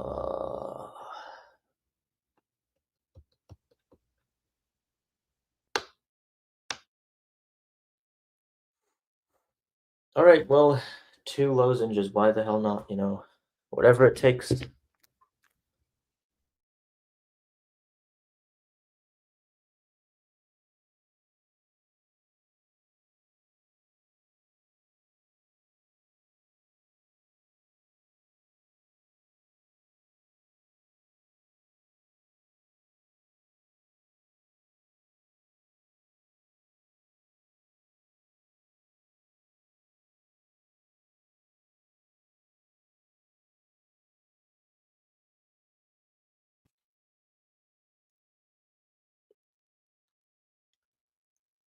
Okay, so we're at early September, and like the August to September is really when I started to get out of that like recovering from the drugs period of my life and moving into like sobriety and self-improvement.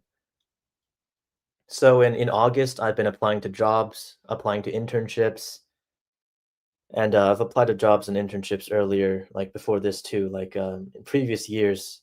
But it's like I've just never landed one, like I've never heard back from an internship until recently. Um, and I got rejected, So either I would just not hear back from them after I submit my application, or I would get a rejection letter. Like it's really hard for me to get a job. Like I just feel like I'm a fucking unhireable, which really sucks. But it is what it is. Like life isn't fair, and like I just got to keep going, keep applying to jobs.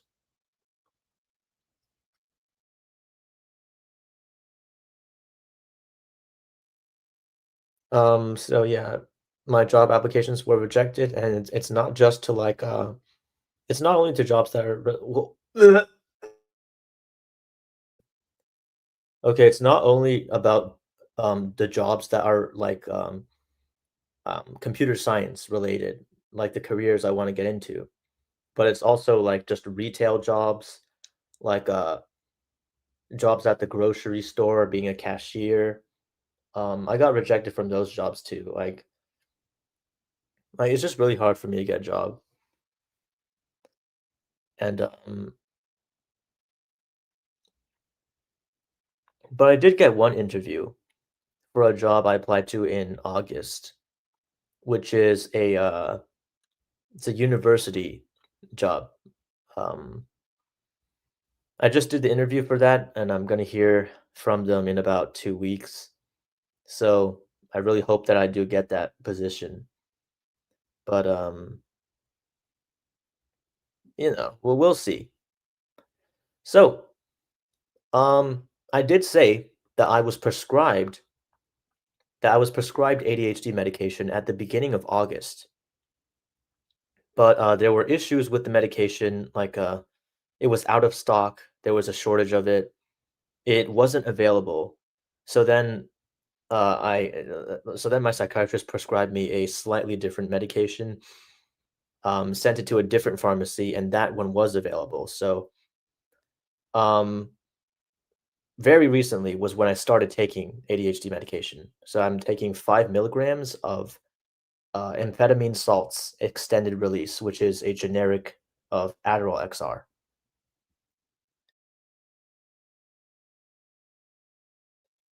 And this today is day 4 of me being on Adderall. And Adderall is really, really weird. It's been really weird because because modafinil and nicotine lozenges, which were two things that I used to help me improve my focus, my motivation, my time management, and just my executive functioning. Nicotine lozenges and modafinil always worked. They always did the same thing. Some days they were more effective than others, but more or less they did the same thing every time. But Adderall, the first day that I took it, it was like it was like I just took a sleeping pill. It was like I took a sedative. It made me feel like a numbed out zombie. So I got that zombie effect, that side effect that people complain about, but it didn't make me energized, it didn't make me productive, it didn't make me motivated. It didn't seem to help with focus very much either. Seemed to help with focus a little bit, but then it just kind of went away. Um, it made me so tired. Like right after I took it, within an hour of taking it, I just like lay down in bed, and I wanted to take a nap. And I was sleep deprived a little bit because I only got like 7. I don't know. I got like five between 5 and 7 hours of sleep the night before. So maybe I just needed to take a nap to catch up on sleep. So I tried to take a nap on Adderall, but I, I just couldn't fall asleep because the Adderall made me very, very calm. It made me it made my body very, very still. So when I was laying in bed, usually when I lay in bed, I have a hard time sleeping and I like toss and turn, and I keep shifting positions because I feel uncomfortable. But the first time that I took Adderall, it made my body so still. So when I laid down in bed, I did not move a muscle. My body was completely still. And I also had like no urge to use my phone either, which I usually do when I want to sleep. So I just kind of like close my eyes and sometimes I just like open my eyes and look at the ceiling and like I just kind of like laid there completely still. But I still couldn't fall asleep even though I was super duper fucking tired. It was like I was like sedated, bro. Like the first time I took Adderall, it made me move in slow motion. Like it was crazy. But after a few hours of just lying in bed doing nothing, that sedative effect started to wear off, and I just went back to my normal self. So like that day, the Adderall didn't work. But I thought, hey, maybe the medication, maybe my body just needs some time to adjust to the medication. So day two, the next day I took Adderall. It worked.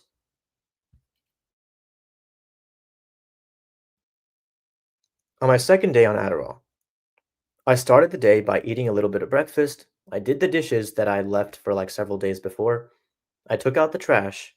I brushed my teeth and then I headed out to catch an Uber to go to an appointment.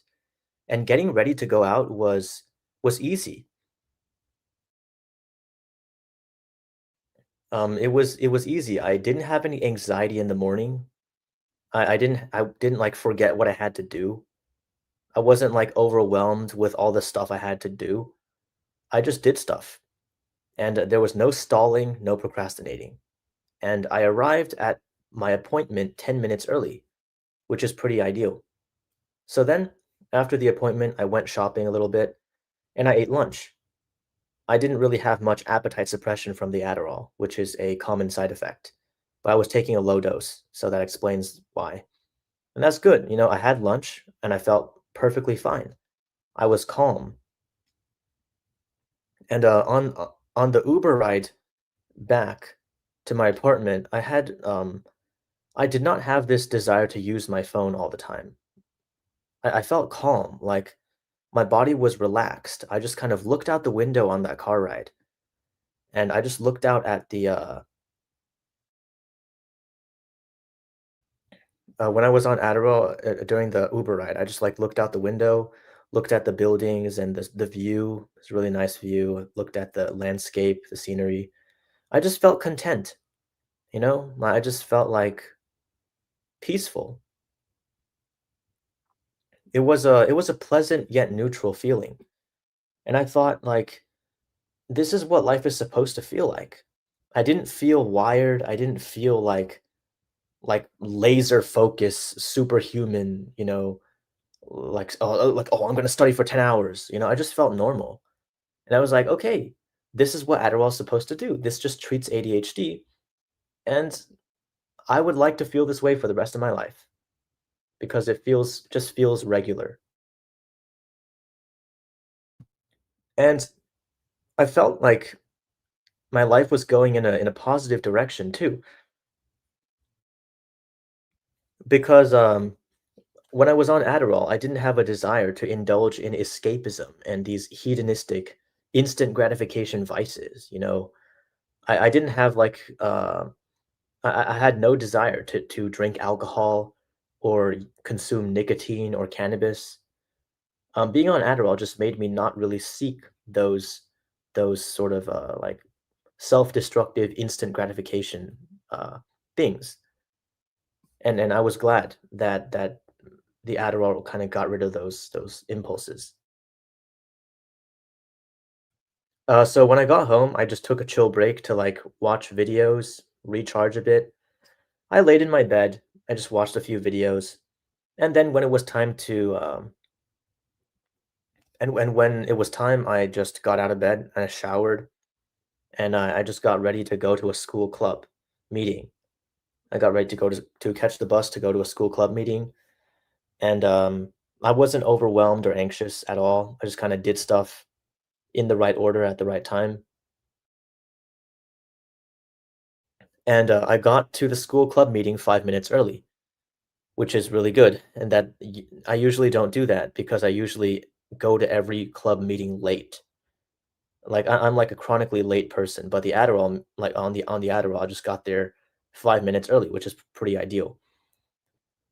So at that meeting, it was like a board game kinda social, and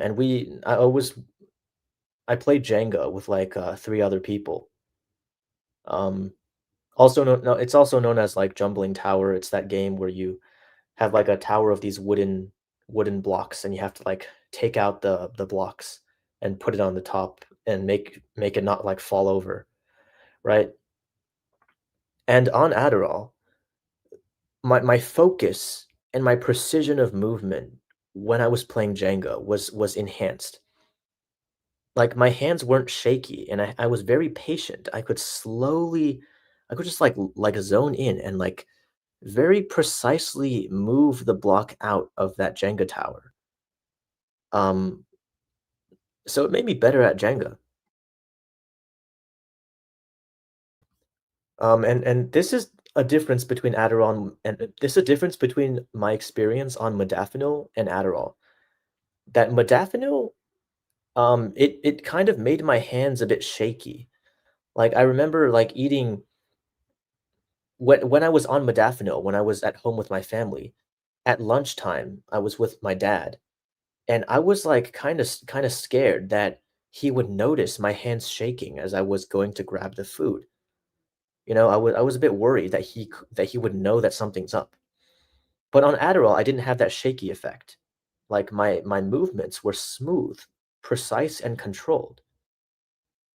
Um, and this is what I really liked about Adderall is that when it was time to, like, focus and do something that requires fine movement, like, my brain allowed me to just, like, slow down the movement of my hands and my fingers and stuff. It was like I know that doesn't sound like much, but it's, like, really cool because it just made it so, like, I could, like, really slow down when I needed to, and I could speed up when I needed to. It's like I had this, like, speed control of how fast or slow I would need to move my body, which was actually pretty cool. I really liked that.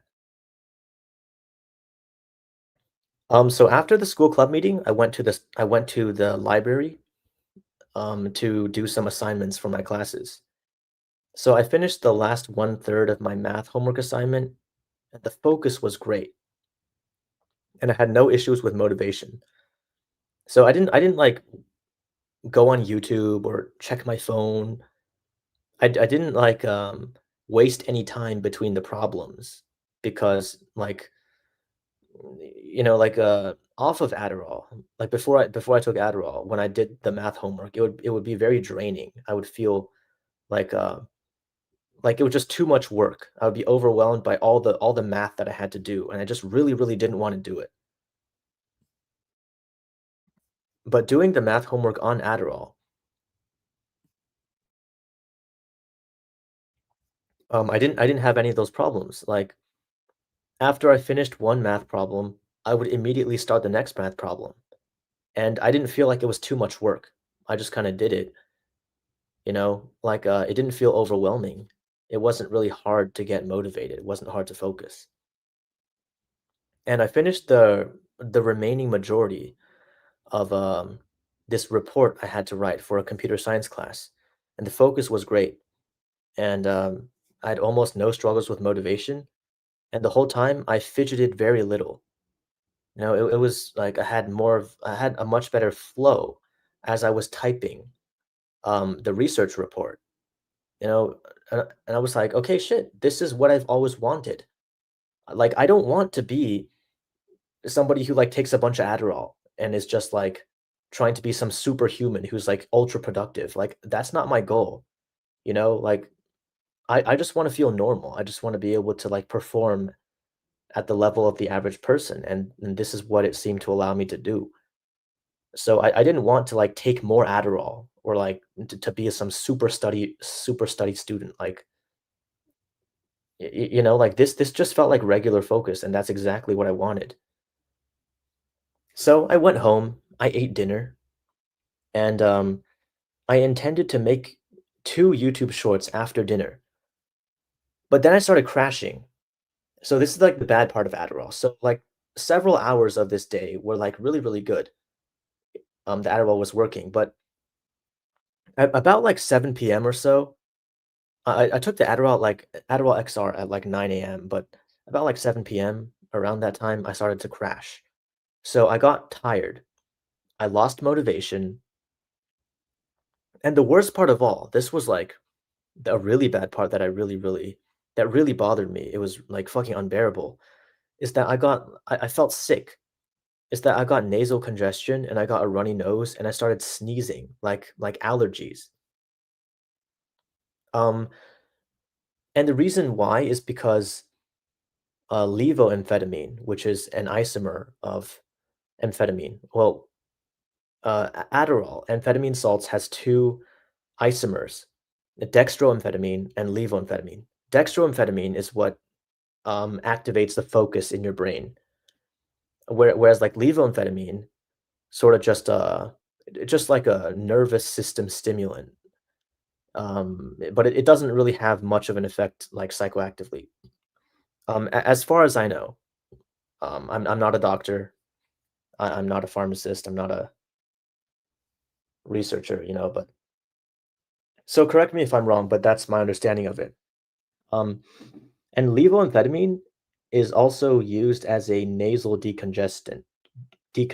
So during the day, before the evening when the Adderall was doing its thing, my nasal passages were clear, like, it was easier for me to breathe, and I didn't really notice that, but after I got the nasal congestion, I realized just how much less congested I was when the Adderall was working.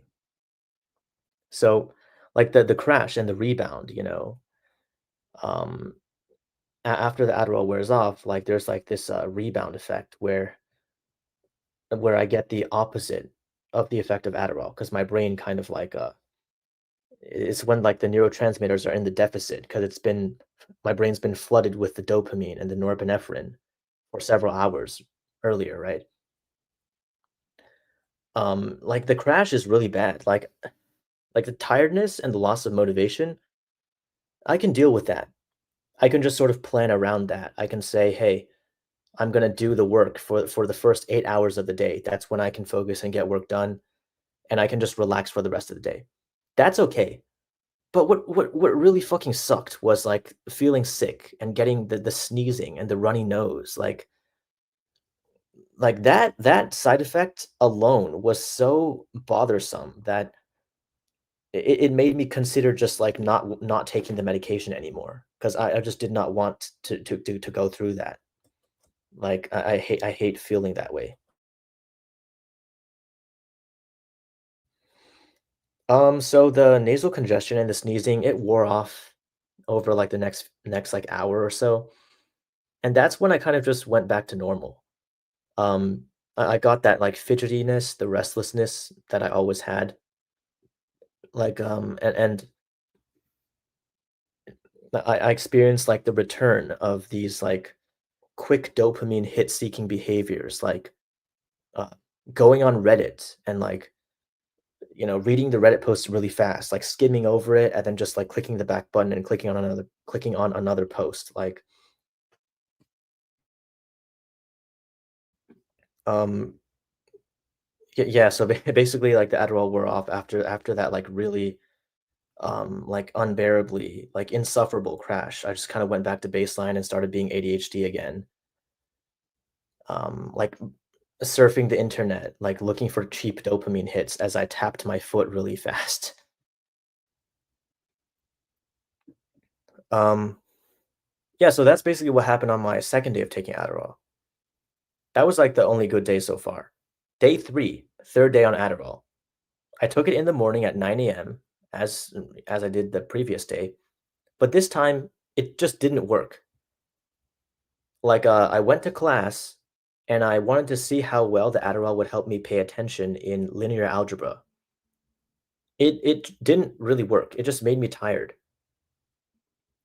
So I was like playing Subway Surfers in class. I was like reading Reddit in class, going on my phone. I didn't really feel like paying attention to the math. And then I just got so tired during class that I just put my head down like during the last like 15 minutes or so. 'Cause I was just like exhausted. So then I went to the library and I wanted to do some homework.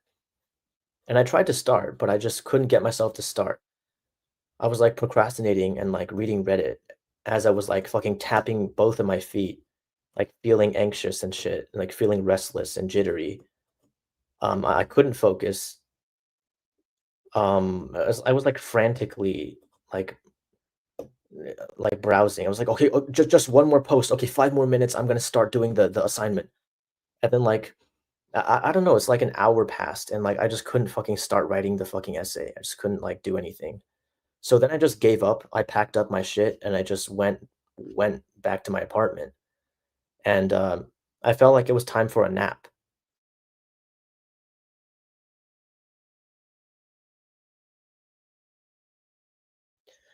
I'm not sure whether I actually fell asleep.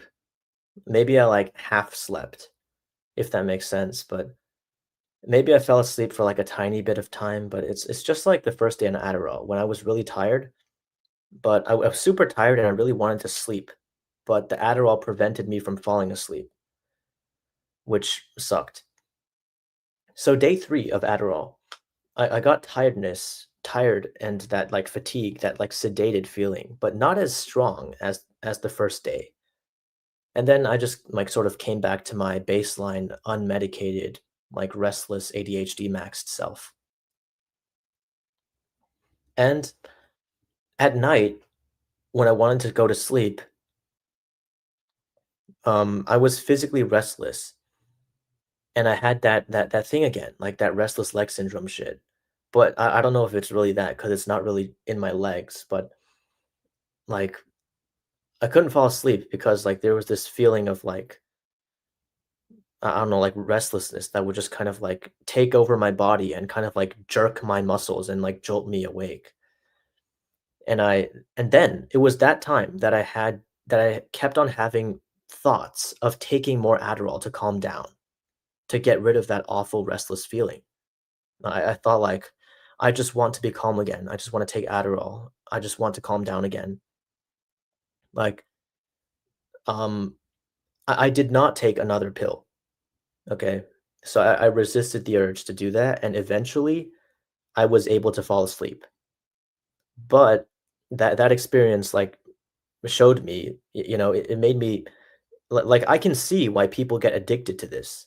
Why a lot of people get addicted to Adderall because when it wears off and you get that crash and that rebound, that's when I get like thoughts of taking Adderall again to try to get rid of the rebound and crash effects. So like that is like a big downside of taking this medication, you know? Um, so then day 4, which is today. Today is my 4th day on Adderall XR, and it seemed to work for a short amount of time, like 1 hour. I had this, paper to write, this, like, 1,500 word paper on a topic that is just so fucking dry. Like, the subject is so dry, it's so uninteresting, it's so much, like, technical shit. Um, so for 1 hour, it seemed to work. I wasn't fidgeting. I was able to concentrate on, like, learning this material to get ready to write. But after, like, an hour, it just kinda wore off, and then I got really tired and fatigued, and, then I went to bed. I tried to take a nap again, but I couldn't fall asleep. So, it's like this sucks, you know? It's like only the 2nd day that I was on Adderall, it actually did what it was supposed to do, and day 1, day 3, and day 4, it just didn't work. Well, day 4, it worked for, like, 1 hour, and then I just crashed. So it's like, I don't get it, you know? With, like, every other thing that I have taken, it does exactly what I expect it to do every time. But with Adderall, sometimes I can take it, and it can do the opposite of what it's supposed to do. Like, the first day I took it, and it literally, like, sedated me like it's a benzo, which makes no sense. Like, I don't know, it's like this is, like, really weird because, like, the effectiveness of it is so inconsistent, you know? And, this is only my 4th day, so can't really draw conclusions yet, but, you know, as I keep taking this, I want to sort of figure out what is causing this, right? Because there has to be something different that I'm doing on the days that it works and on the days that it doesn't work. There has to be something different, you know? So if I can figure out what that is, then maybe I can make it work all the time.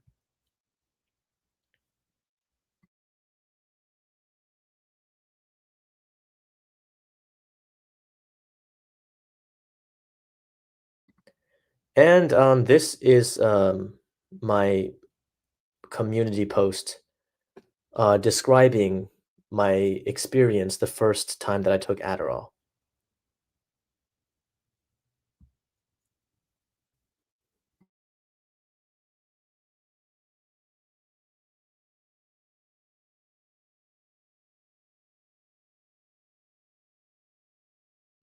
I Am Illusion says anything is possible, Jeremy Meeks. See, that's the thing. Like, on the second day that I took Adderall when it was working, well, I didn't really feel like anything is possible, but I sort of felt kind of in that direction. I felt like I could manage my life, that I could be successful, that I could do what I needed to do and have a decently successful life, you know, but oh, another thing I forgot to mention about the crash is that I got depressed. Like, when the Adderall crashed in the evening, like, I started to get really, really sad. I started to feel like feelings of despair and hopelessness, the opposite of what I felt on the Adderall. You know, like on the Adderall, I felt capable. I felt like I could be successful. But when it wore off, I felt like, you know, I just felt like things were really shit. So, see, this is pretty risky. Like I can see why people get addicted to this, you know, because it affects more than just your focus. It makes you feel good. And when you go off of it, it makes you feel bad. Like that's, you know, that's a recipe for addiction. So that's one of the risks of this. Shrimp Cell says never get up. Okay, Live Love Laugh says if you can't cope with even you can't cope with trades as trans, brutal life. Find HR position if you can. Uh, hey, see, okay, wait. I actually have a short plan on this topic. Maybe some of you have seen Aesthetics Waiting's video about like HR jobs and how some jobs are kind of easy. You know, maybe it's not my place to say because I've never worked in HR, but it's like there's like a lot of jobs, like engineering jobs, computer science jobs, even like jobs at like Target, you know, and Walmart and McDonald's that you know are like these jobs that are like generally considered in society to be like low level jobs, but they're still really competitive, you know, like plenty of people apply to McDonald's and like only a small fraction of them even get accepted to McDonald's, right? So the competition is so tough. And yet, Aesthetics Waiting pointed out in in his video that there are some jobs where people just kind of like sit around and like lounge around all day, just like sending a few emails here and there, you know, just calling people on Zoom every now and then. Like, how are there jobs where people don't really do a lot of work, and yet the job market is so competitive? You know, like if the job market's that competitive, like why wouldn't these jobs where the employees are not really that productive, they're not really solving problems, like, why wouldn't these jobs be eliminated, you know? Like, I don't know. I understand. Okay, but let me keep reading as this comment. Um, Find HR position if you can. If your meds build up tolerance, you should stop and adapt with them. Cognitive behavioral therapy is better. Yeah, I should start doing cognitive behavioral therapy. Like, I've known about its existence for a long time. I just couldn't be arsed to like actually give it a try, but I should. Instead, EJX6RYDP at sign A dollar sign K5 asks, "Can you do a girl voice?" Well, not very well. I don't know if this passes. Um, I think like my girl voice has like a trans quality to it, because everyone can just tell that it's like a male voice, but like this is my attempt at it, so I don't know. What do you guys think? Does voice training really work or is it just cope? I think that, just like with black pill in general, training works as in it has an effect, but your genetics still are the bulk of the equation. So I do think that voice training can sort of like make your voice pass better, but like most of what makes your voice sound passable or not is going to be your physical anatomy, like the genetics that control the like your facial bone structure of your vocal tract and your like the thickness of your vocal folds and stuff. Live Love Laugh says, I can't sit and read physics for 10 minutes, but I watched 2 hour long Minecraft parkour civilization video in one sitting. I unironically was that ADHD kid on chair watching Star Wars meme, bro. Yeah, that video, man. I saw that video too. I'm Illusion says, Turbo BP, what is your future plan for the channel? Um, my future plan for this channel is to make over 100 black pill related videos. That are like pretty high quality and that I think will make a positive impact on the BP community, on the manosphere, and it's gonna really bring value to the audience. But like the hard part is just finding the time as well as the motivation to make these videos because they take forever to make. They take fucking ages to make. So yeah, it's gonna be a long road ahead, but that's what I want this channel to become. Live Love Laugh says, I don't know what the evolutionary advantage ADHD had in the Stone Age to exist. What is even the point of having it as a human? Okay, there is like a video that answers this question. It's by Dr. Russell Barkley, and he addressed the sort of like the common kind of notion that the ADHD is like the hunter's brain, whereas like not having ADHD is like the farmer's brain. But Dr. Russell Barkley analyzed it, and he said that the evidence does not point to that being true. So the evidence does not show that ADHD is adaptive to hunting, according to him. I'm Illusion says McDonald's is different from the job aesthetic waiting is talking about. Of course it is. But like, what I'm talking about is that like when people, because I've read on Reddit other people having the same problem as me, which is like not being able to get a job even at things like Walmart, but it's they say that it's because employers don't want to train people anymore, and employers want to like pay employees as little as possible and but get the most work out of them, and they say that, but then aesthetics waiting shows that there are other jobs where the employees get away with not doing much of anything. So why are the employers not kind of like trying to squeeze as much out of those positions? Like I just wonder. Like that's something that's a question I have. I'm Illusion asks Turbo VP, what hard maxing you gonna do to ascend to a Margaret trans bro? Okay, sorry for being impatient, but like I kind of gotta get on with this stream. But um, well, most importantly, I'm gonna get surgery to fix my underbite.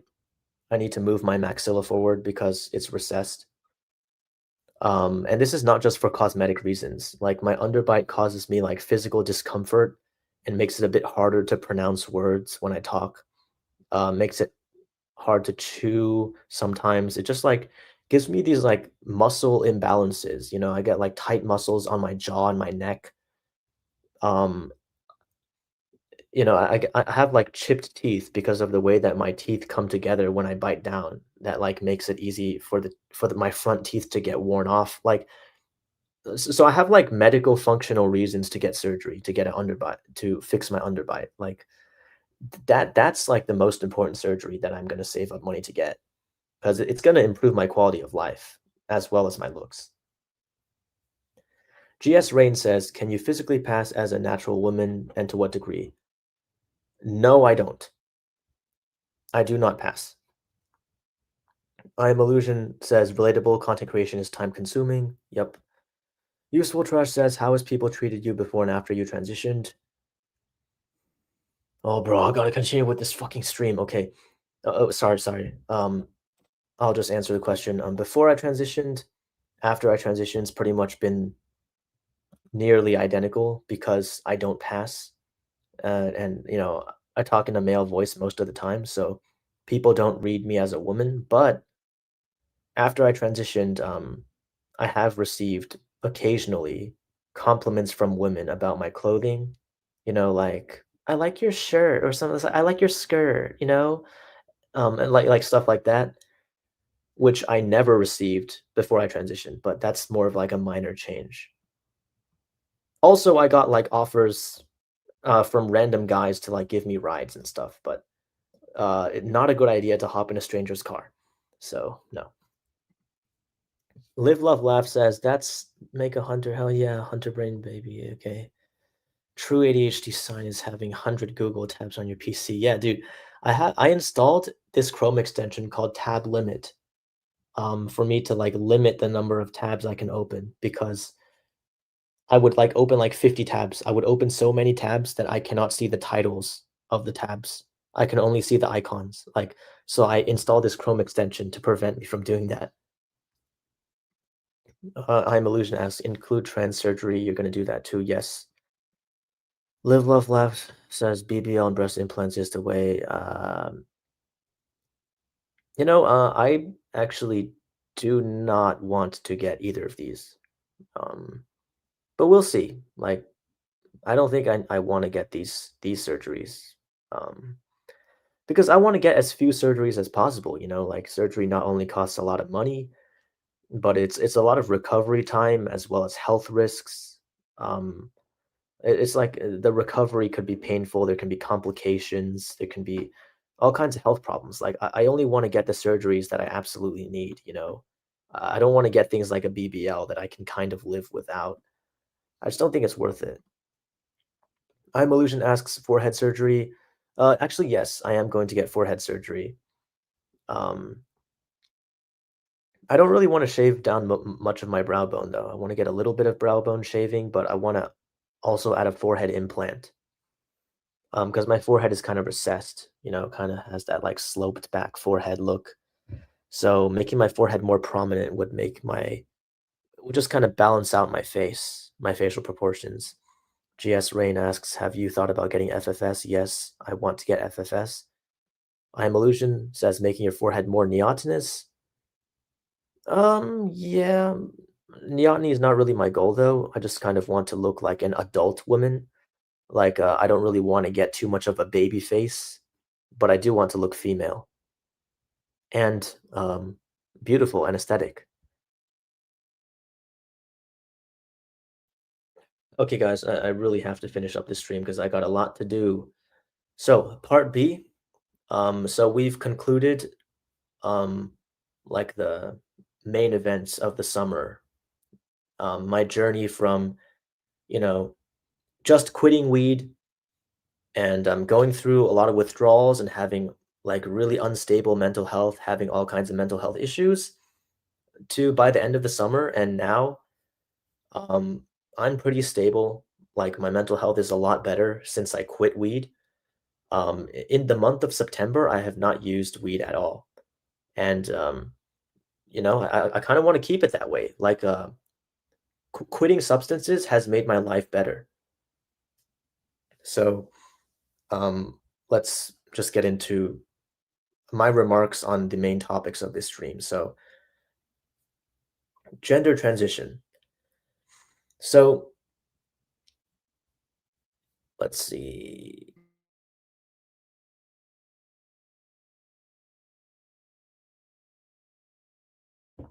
So, in summary, stopping HRT gave me like really, really bad effects.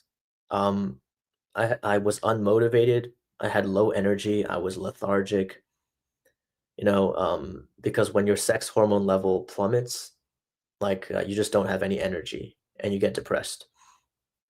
And also this like shitty masculine mental feeling, which is it's kind of hard to describe, but like um it just feels right to be on estrogen, like it just makes me feel like more of myself.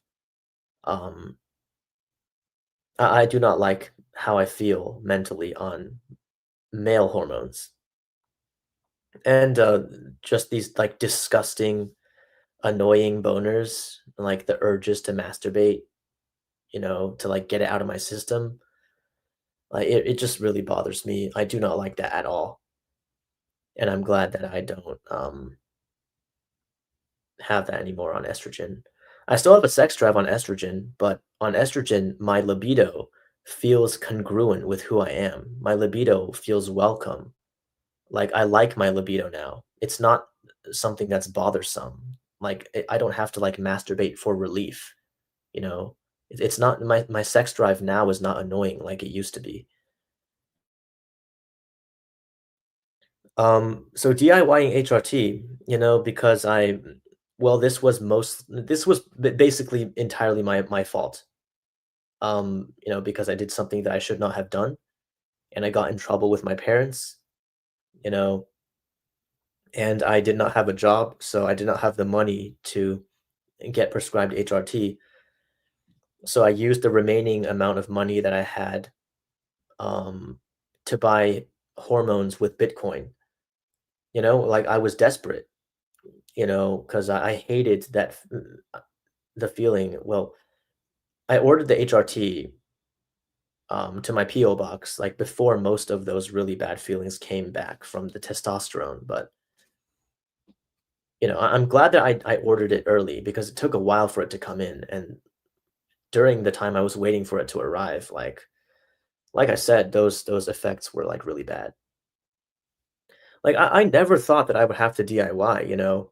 I thought that I would when I started transitioning, when I started hormone therapy, I thought I would always be able to get it prescribed by a doctor. Like I never wanted to DIY. I never wanted to do that. I never thought I would have to get into that situation, but I did.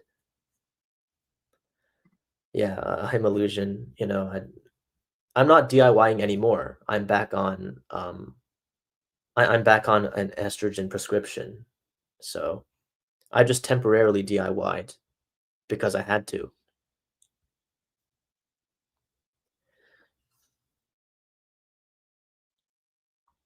Okay, Live Love Laugh says drink beer for free estrogen. Unironically, the real soy's drink is beer. Oofy doofy see drinking beer as a masculine thing.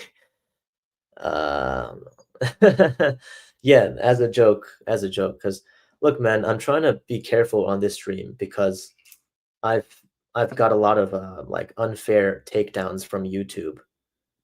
So like in this stream, I'm not promoting any drug use.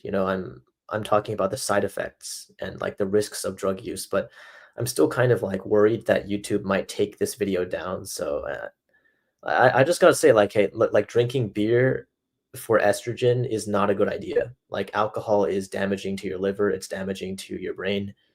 Um, it's not a good idea to drink alcohol for the estrogenic effects. Okay, yeah, I'm Illusion says my video got taken down because YouTube thought a 1 out of 10 face is a terrorist. Yeah, I mean, it do be like that. Sometimes YouTube takes down videos that do follow the community guidelines. Yeah, brutal guideline warning. Okay, I just gotta finish the stream because it's man, it is taking a long time, and my throat is really, like, fucking, like, dry because I've been talking for so much. Um,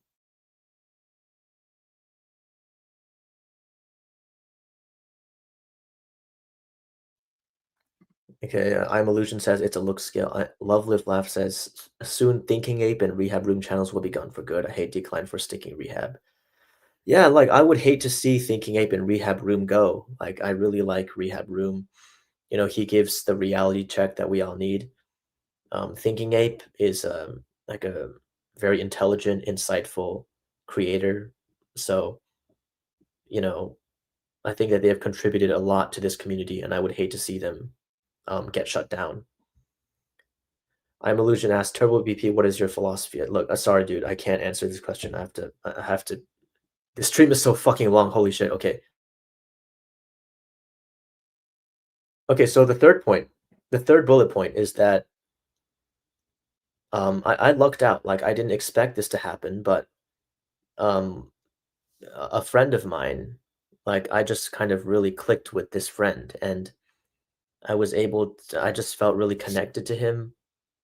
I do have a crush on him, but I felt like with this friend is it's only online. Like we have never met in real life, but this is like the first time that I've felt like genuine human connection. You know, like I really, really love spending time with him. Like he has brought so much joy to my life, and I really, really appreciate that. So with this specific friend, I just kind of like started to naturally use a feminine voice when I talked to him. I didn't have to try hard to do it. But with other people, I default to my masculine voice, and it's really hard for me to do a feminine voice. But when I talk to him, I just kind of naturally express myself with my feminine voice, and it just works. And I feel really lucky for that, you know, because voice training is kind of, you know, it's not really that fun. Like before I met him, I wasn't motivated to voice train because I thought like, oh, I have to voice train by like setting aside 30 minutes every day to like read some text in a high pitched voice. Like that's really it's hard to do consistently because it's really dry, you know, it's not fun. But because things just kind of fell into place with this friend of mine, I'm able to practice I'm able to practice speaking in a feminine voice without really putting in hard work. So it's like unintentional practice, which is really, really good. And I'm really happy that I have this. Um, I'm just really happy that I have him. I'm just really happy that we have a lot in common and things worked out. Live, Love, Laugh says 7 hour long MGTOW video is the way Turbo 2 hours is too short. Yeah, I mean, as long if you get views though, I did like not many people are watching this stream, okay? It's not a good use of my own time to make streams that are too long. Like I hate how this stream's gonna be like 3 hours, you know, like I really wanted to get it done in like less than 2 hours, but okay, home stretch. We're almost done.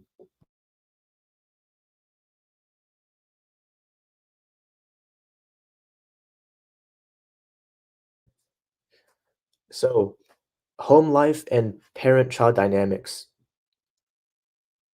So, you know, things my home life always has not been very good, you know, I just never really got along with my parents very well. I was avoidant of my dad for my whole life, basically, my whole childhood, you know, I was very sensitive and I also had like a strong desire for autonomy, so I really was avoidant of my parents, of my dad. in particular. I just really did not wanna talk to him, you know, like, I felt, like, anxious and stressed when my dad was around me, and, the mistakes that I made, um, led me to making that situation worse because I got caught trying to, deliver weed to my house, to our house, my family's house, right?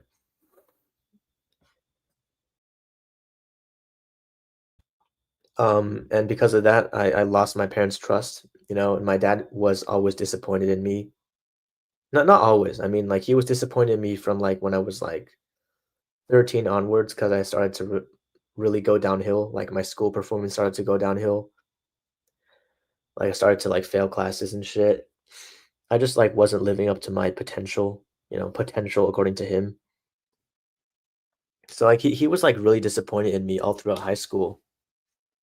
Um, because I was just like a really, really mediocre student, you know, and like I just couldn't have good habits. I never had a good routine. I just didn't really, you know, I was just a very mediocre individual, and like this shit that went on in the summer, my dad finding out that I was doing drugs, spending my parents' money irresponsibly, like that just made him even more disappointed in me. Um, You know, and, like, these lectures, when my dad would, like, sit me down and have a talk about me being trans, and he keeps telling me that I need to wake up, and I need to stop transitioning, I need to turn around, you know? He keeps telling me, like, "Oh, it's not too late to change course, it's not too late to turn around," but, like, dude, I feel, like, I interpret everything he says in, like, the opposite way, like, he says it's not too late to turn back to being male, but I think it is too late for me to pass as a female. Because I went through male puberty. So I already think it is too late for me to reach my goal, right? You know, but it's like the things he says, you know, like sometimes he just like would just kind of like walk up to me as I was like doing the dishes. Like one time he just like walked up to me as I was doing the dishes and my dad told me like, "Oh, how are you going to be successful?" Like he didn't say this exactly, but he basically the gist of it is like he said like, "Oh, how are you going to be successful if you have like boobs, you know?" Like he says, "Oh, you could have been successful." Like he gave me this example of this person who was like super successful and he said like, "Oh, you could have been successful like him, but you know, look at what you're doing now. Look at your body now, you know?" Like and he like gestured to his chest and like he was like gesturing the boobs, you know? So it's like he was like commenting on my boobs and saying like, "Oh, look at you now. Look how you're destroying your life. Look at you now, bro." Like it just hurts my feelings so fucking much. Like that's just so fucking hurtful, you know? Like, I just wanna move out so that I won't have to come back home and, like, just hear that shit.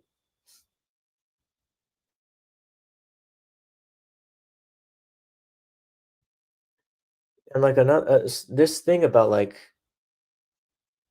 failing to live up to my potential, you know, like, my dad kept on saying that I'm intelligent, you know, and it's because I was, like, above average, intelligence when I was a kid that, like, I was ahead of my class, right? And he saw that as a lot of potential. So, like, you know, like what he sees me doing now, you know, he just keeps saying that like I'm not living up to my potential. Like he keeps reminding me of that, you know. And like I feel shit about that too. Like even if he doesn't remind me, you know, like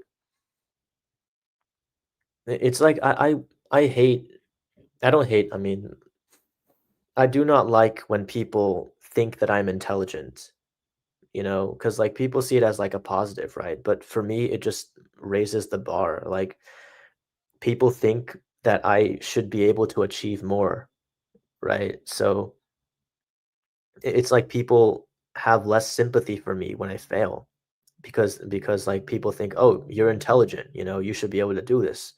You're not living up to your potential." Like if only you applied yourself, you know, so I just wish that my dad didn't think I was smart, you know, maybe he would give me some recognition for like small wins then, maybe his standards of me wouldn't be so high, so I could like actually get some positive feedback. But no, like all that he tells me now is that like is how much of a failure I am. It's just like the weight of expectations, man. Like another thing that I hate about people telling me that I'm smart is that it just reminds me of the fact that that is the only compliment that I receive. No one has ever said anything good about me in any other trait, right? My whole life, people have not told me that I'm attractive because I'm not attractive. People have not told me that I have a likable personality. They have not told me that I'm charismatic because I'm not, right? So that nobody has told me that I'm a good person or that I'm hardworking. Nobody compliments me on any trait other than my IQ. And like every time I hear that, it's like people think that they're telling me something positive, but like it just hurts my feelings because it just keeps reminding me that I have nothing going for me other than some book smarts that are not even that good. Like even like now, I don't even feel like I'm that smart at school because I constantly see other students who are doing impressive things. Like I'm being outcompeted by all these other students in university who are really getting ahead. Like they're learning a lot more. They're, they're doing internships. They're just doing impressive things, and I'm not. So I don't feel smart. Like I don't even know what people see in me when they tell me that I am. You know, like doing school assignments is like so hard. Like even right now, I have this paper that's due, and like it's really fucking hard. Like it's overwhelming, but like other students seem to have an easier time understanding it, and they come up with things that I could not that I wouldn't have thought of, that I wouldn't understand. Like I feel dumb compared to a lot of other students. I don't feel smart at all. So like I do not like it at all when my dad tells me I am. And like constantly being told I'm smart makes me have super high standards for myself too, which is like it's pretty toxic because I have like a perfectionist mindset. So since people kept saying I'm smart, especially my parents, um, I view achievements that are good in general as unimpressive because someone as smart as me, quote unquote, supposedly should be able to do even better, right? So like this example, like I got like a 1500 plus on the SAT and a 34 on the ACT, but when I saw my score, I didn't even feel that good. Like I was mad at myself for not getting a perfect score. Because if people keep telling me I'm smart, and then I kind of want to live up to what they say, right? So like I feel like I didn't even do good enough because I didn't get a perfect score because I knew people in high school. I knew people in my classes who did get perfect scores, and I compared myself to them, you know? Like like it is just so toxic. Like I I wasn't able to be satisfied with like actually good achievements um because of my mindset. And like this here's something that happened in the summer, like when I was taking that driving course to get my license, on the DMV test, the written test, not the road test, the written test about like the traffic rules and the road signs. um I didn't know the answer to one of the questions out of 30 questions. I just didn't know the answer to one question, and I got so fucking angry at myself for not being perfect. Like for hours of studying and doing this course, like all I wanted was to get that ego boost of scoring 100%, but I didn't get the ego boost because I didn't know the answer to one question. Like I should be happy about getting like a 95, but when people don't tell me anything good about me other than, "Oh, bro, you're smart," then that's like that I just it's so, like, important to me that I get that ego boost to, like, prove them right? but I don't. Like, I fail at doing that. And that's something that I need to work on is sort of celebrating the small wins and like appreciating the things that I have achieved, even if it's not perfect. And I need to let it not get to my head when my dad comments on like how I don't live up to my potential and how I could have done so much better if I didn't do drugs, if I didn't transition, if I didn't fuck up. I need to like not let it get to me, because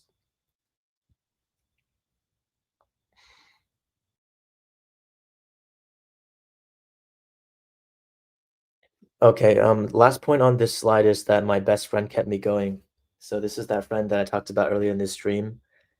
He's the only friend I have that I felt genuine human connection towards, like real emotional intimacy. And during this summer that was like pretty tumultuous when I was spiraling, when I had anxiety, when I was depressed, when I was confused and just like my mental health was all over the place. Like my best friend was always there and he kept me going and I'm so happy for that.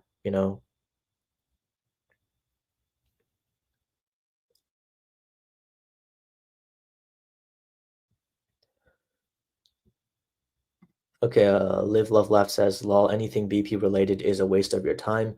Everyone here repeating the same joke and repeat the same looks matter line. Oh, Rehab. See how Rehab is doing since his the harder the cop video.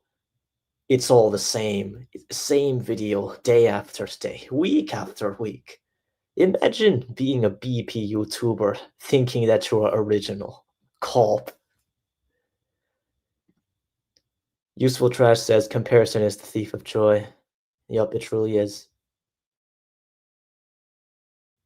GS Rain says my mom also tells me that I'm smart, but honestly, that's because she's dumber than me. LMAO. Okay.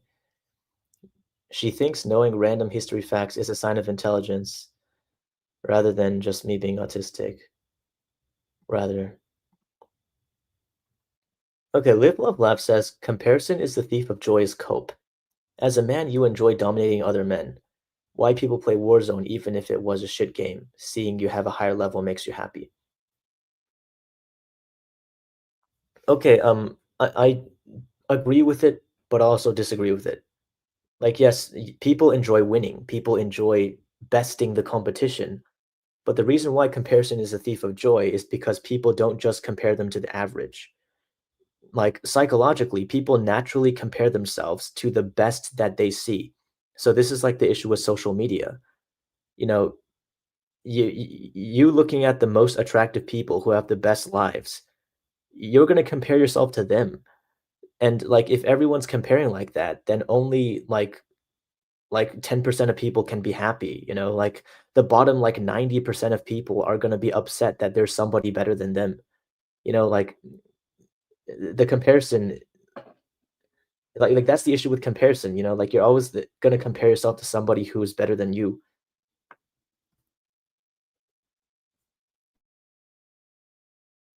So, like, I know it's cliche, I know it's, like, a blue pill thing, but, like, it's healthier to compare yourself to your past self, and that's what I'm doing, like, right now. That's like, in the past, like, 3 months, I've made a lot of progress on my mental health. Like, I've quit, consuming marijuana. Like, I've really improved my mindset. I'm applying to jobs. I'm trying to improve my life right now. So, like, I might not be really successful, like, in the grand scheme of things, but I'm still doing so much better than I was last semester when I was getting high every single day, missing assignments, having shit mental health, feeling suicidal. I'm so much better now, so and, like, that's what it's all about. Like, Useful Trash says, "There'll always be a better man than you." I'm Illusion says, "Rehab used to be a big OG blue pillar be" oh, Rehab used to be a OG black pill YouTuber though, ITV, older than wheat waffles, yeah. Live Love Left says it's about your social circle. If you are the winner of your social circle, you will be happy. Okay, well, there's also a downside to that, because if you surround yourself with people who are like not, if you surround yourself with people who are doing worse in life than you, then you're not going to have much of a, like, you don't have positive influences. I think it's better to surround yourself with people who are more successful than you, who are wiser than you, who are more knowledgeable than you.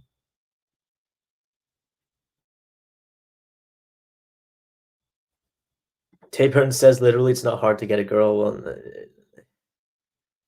all right, bro. I am illusion says not hard to get a girl for high tier normie or higher. Yeah, I agree. GS Rain says, who did you get your weed from? I cannot answer that question. I can only recommend you from my experience um, that abusing drugs is not a good idea. Like, in theory, moderation is okay, but I learned that from experience that I cannot handle moderation. That if I think I can do it in moderation, I'm only going to indulge and like let it take over my life. Some people can do moderation. Some people can't do moderation because they're too impulsive.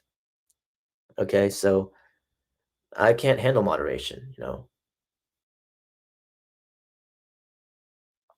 Live, Love, Laugh says, I know there will always be Alexander the Great of leaders and the Einstein of genius people, but seeing you are better than your friends is a huge ego boost, even if you're oofy doofy.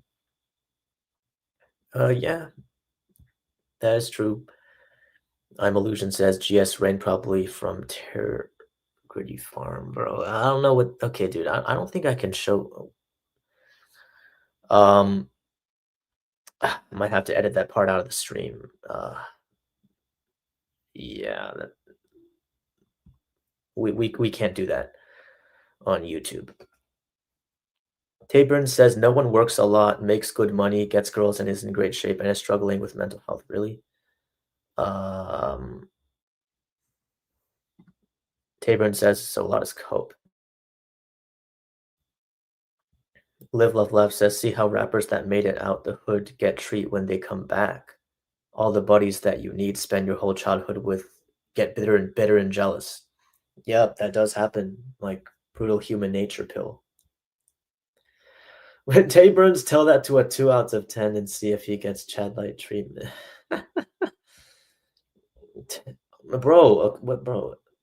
Oh, okay, wait. If it's a reference, okay, I'm Illusion says Tegrity Farm is a South Park reference. Wait, let me just Google that right now to make sure.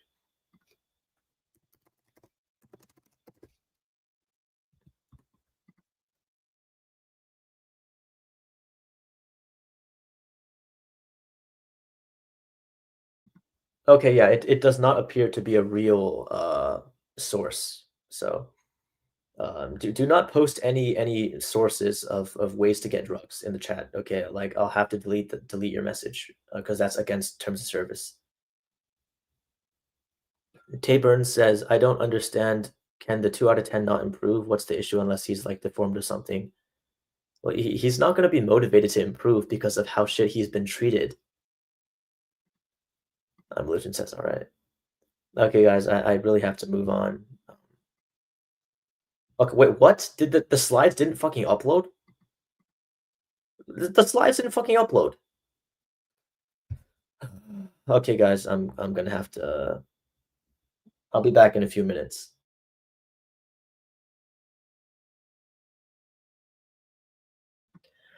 Okay, guys, we're back. So the topic of drugs and sobriety. During the summer, I actually relapsed on weed many times. Okay, I had multiple relapses, but I don't consider that to be failure because in the end, I am where I am now, and I'm not consuming cannabis, and I'm focused on things that are important in my life. So in the fall and spring semesters of the previous school year, my weed use was just like out of control. Like I was getting all sorts of like issue. I was just like getting high every single day, all the time. You know, I would do it at night to help me fall asleep. Also just to get euphoria and just to like feel happy. I would do it in the morning before I would go to class. I would get high. I would get high as soon as I came back from school. Like, I was getting high and good to go to exams, getting high and going to the library and being high and, like, falling asleep and shit. Like, it was terrible, because I was just addicted to escapism. And, like, when I decided to quit at the beginning of the summer, like, I was going through a lot of shit, and I relapsed quite a few times during the summer, but all that matters is that now I've, gotten to a point where I don't have the urge to use, THC anymore because I have a reason, right? And that's what's really important because I'm looking for jobs right now, and sometimes when you interview for jobs, they might drug test you. That's like some jobs, like retail jobs and like fast food jobs and stuff. They might drug test you. So, I don't want to use any cannabis, because I want to maximize my chances of getting a job, right? So, like, when I have reasons that are important to me, then that keeps me from doing things that would be destructive to my future.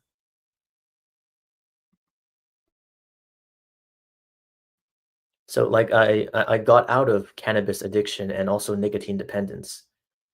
Now, the thing is, though, that it felt really fucking good to be high, but it got old. Okay, so when I was using it at first, um, like, it's weed. Look, here's the thing. I do not regret doing weed. Okay, I do regret abusing it and getting addicted to it, but I don't regret trying it. Okay, because doing it a few, like the first, like initially when I was doing it, it like gave me it like unlocked memories. It unlocked these like repressed emotions that I had. It brought me like nostalgia, like real happiness. It like brought back these childhood memories that I cherish. It like being high on weed made me feel this like complex happiness that was like unique to each memory. Um and weed began like that. But over time, the more that I did it, the happiness that I felt from being high lost that complex quality. It regressed into like a plain, empty kind of happiness. It's kind of like at first it was like creme brulee, but then the more that I did it, it kind of like changed into just like straight sugar, you know? Like by like the end of the school year and like at this by summertime, it was just like the same high day after day. It really wasn't like that feeling of true happiness, that like opening of my mind that I felt before. It got old, like the happiness changed for the worse. It just turned into an empty pleasure. Like at first it was meaningful, but then like when I abused it, it just turned into this like kind of like numb, like escapism, this like cheap hedonism. Um,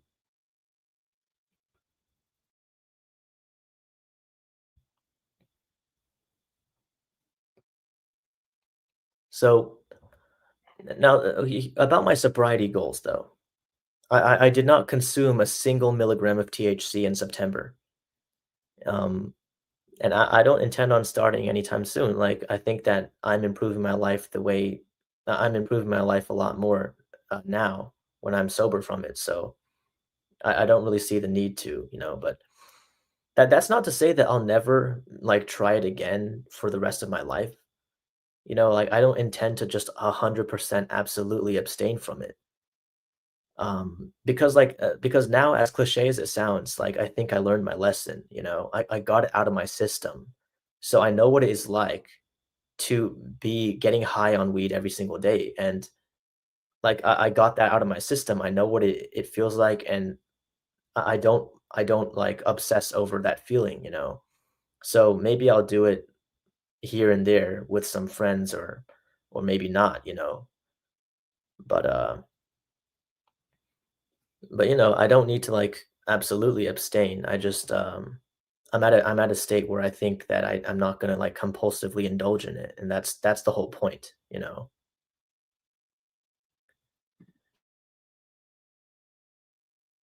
Like right now, I have, like, stronger reasons to not get high, because like, my mindset's a lot better than it used to be, because 'cause I'm like, "Hey, I can't drink tonight because I have a 9 a.m. class tomorrow. I can't get high tonight because I have to go to a job interview," like, I have these responsibilities to attend to, right?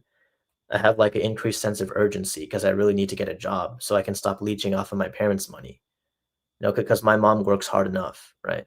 So I have these stronger reasons now, um, which is a great improvement, and, but there's still work that needs to be done because I still kind of have like a childish envy mindset about drugs and alcohol.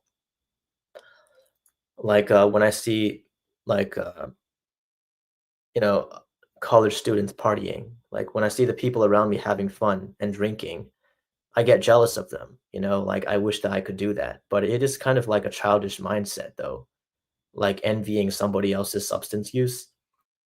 Like the entire like what I'm missing out on is the social experience. It's the party. That's what I'm missing out on. It's the friendship, the camaraderie, like, I shouldn't be envious of the substance itself, like, because that is, like, a childish mindset, like, and I still have that because, like, recently, I just, like, walked up to a girl and asked her where she bought her dress, and I saw that she had a vape sitting on the table she was at. So then I just felt envy, like, I kind of felt like jealous of the fact that she gets to vape without significant detriments to her life because she is attractive. She seemed to be really happy and upbeat, and she was talking to her friend. So like she seems to have a good life. So I get jealous of the fact that she gets to vape without ruining her life. I was like, oh, no fair. I had to quit vaping because it made my life worse. But other people are still vaping and they're happy. How come I can't vape and be happy? How come I can't be like them? Like that's a childish mentality about it, right? Like college is when you grow into adulthood, and I'm like really behind on that because I still have never had a job in my life and I still can't drive, but it's like my mindset needs improvement too because it's like this like shitty aspect of my mindset is like being upset that I can't get away with doing the vices that other people do, which is pretty stupid. Like the correct mindset is to just be glad that I'm being healthy. Like why should someone else vaping concern me? Like how does that affect me, right? Like it's just easier said than done though, because envy is my dominant emotion. Like envy is like it torments me, like envy is easily like the most frequent emotion I feel throughout the day. Um, and it's just like it is kind of a natural thing though, even though it's not a good mindset. Like it makes sense why people are like that. Like it's not just me. Like there are some people who used to be overweight and they had to be strict about eating healthy and counting their calories in order to lose weight so that they won't get fat again. And like sometimes they'll see somebody who is naturally slim eating McDonald's, and then they'll feel kind of salty. They'll feel jealous of like, oh, why can't I eat McDonald's and still be skinny? You know, like it is hard, like having to do something that other people don't have to do because they just naturally have it, right? Like I know that I can't vape and have good mental health. I can't do weed and have good mental health, but other people can, and like it does like piss me off that other people can get away with it, but I just don't have that ability, but that is something that I just have to grow out of.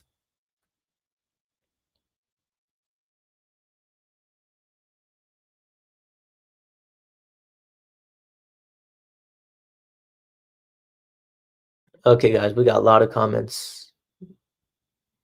Um, never get up turbo, peace turbo. Improve for what? To get to be a 3 out of 10, still get treated like shit. Yeah, I mean, it's hard to be motivated when you don't see a light at the end of the tunnel. Never get up turbo, Meeks.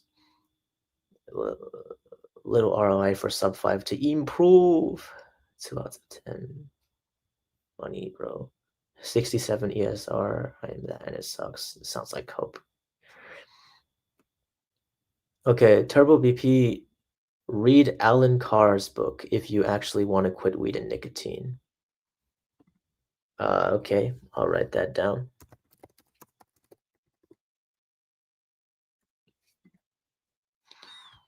Live Love Love says the worst has yet to come. Wait till you compete with genetically engineered babies. Brutal. Yeah, that's brutal. Live Love Laugh says Gen Beta will live up to their name.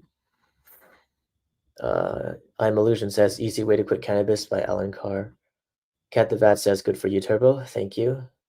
Apply for autism disability benefits. Do you gym priority? Tay Burns asks, do you gym prioritize healthy eating and go outside? No, I do not, but I need to. This- Tay Burns says all these problems mainly all go into one, and the cycle completes.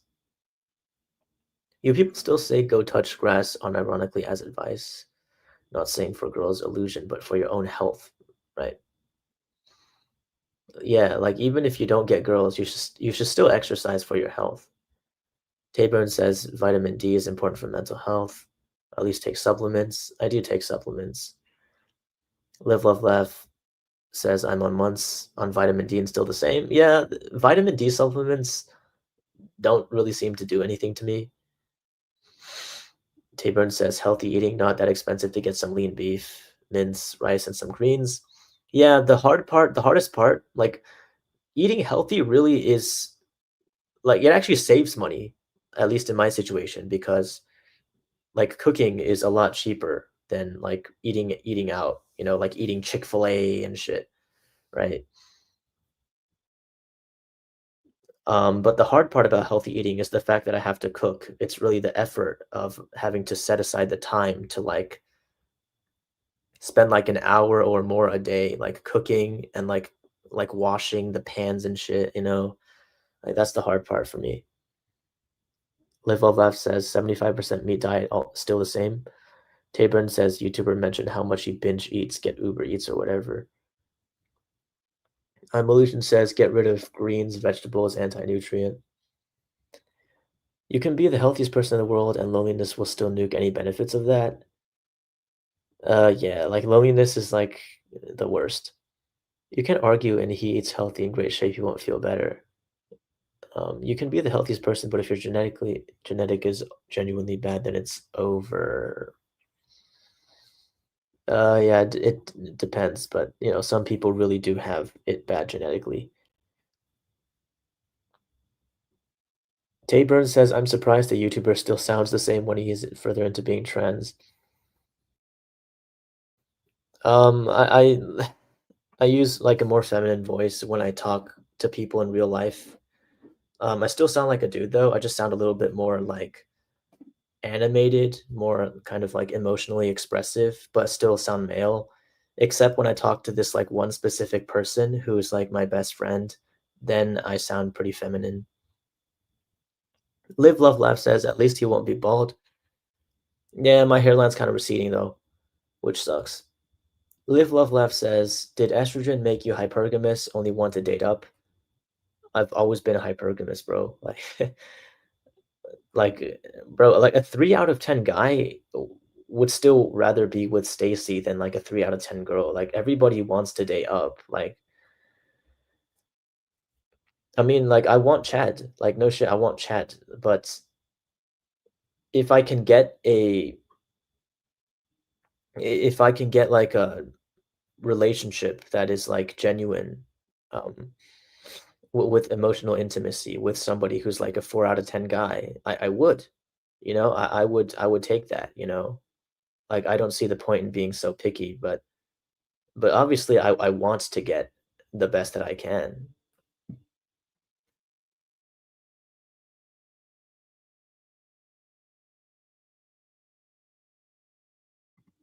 Alright, so life progression and self-improvement, this is like the whole like theme of this stream. It's like the message. So, I'm taking steps to getting a driver's license and learning driving, which is it's really gonna give me a lot of freedom in my life, but you know, I like honestly, I'm fucking scared about like crashing and like killing somebody else. I'm not even as scared about killing myself in a crash as I am about killing somebody else, because I'm like easily distracted. So like you can't be a distracted driver, bro. It's really unsafe. But the ADHD, like statistically though, having ADHD puts you at a higher risk of like getting into car accidents, which like that's just what I'm worried about, like I don't want to fucking like I don't want to like run over someone else and kill them, like I can't I would not be able to live with that, bro. Um, and this I recently started taking ADHD medication for the first time, and it's it really hasn't worked as well as I hoped it would. It hasn't even worked as well as my self-medication, which I did not expect. I thought that Adderall would be a lot more consistent and effective than things like nicotine lozenges and modafinil that I got off the internet. But so far, Adderall really seems to be hit or miss. That has a lot of side effects, that has a lot of downsides. Um, it doesn't seem to be that much better than the self-medication methods I've been doing. But we'll see, like I'll try other medications if this doesn't work.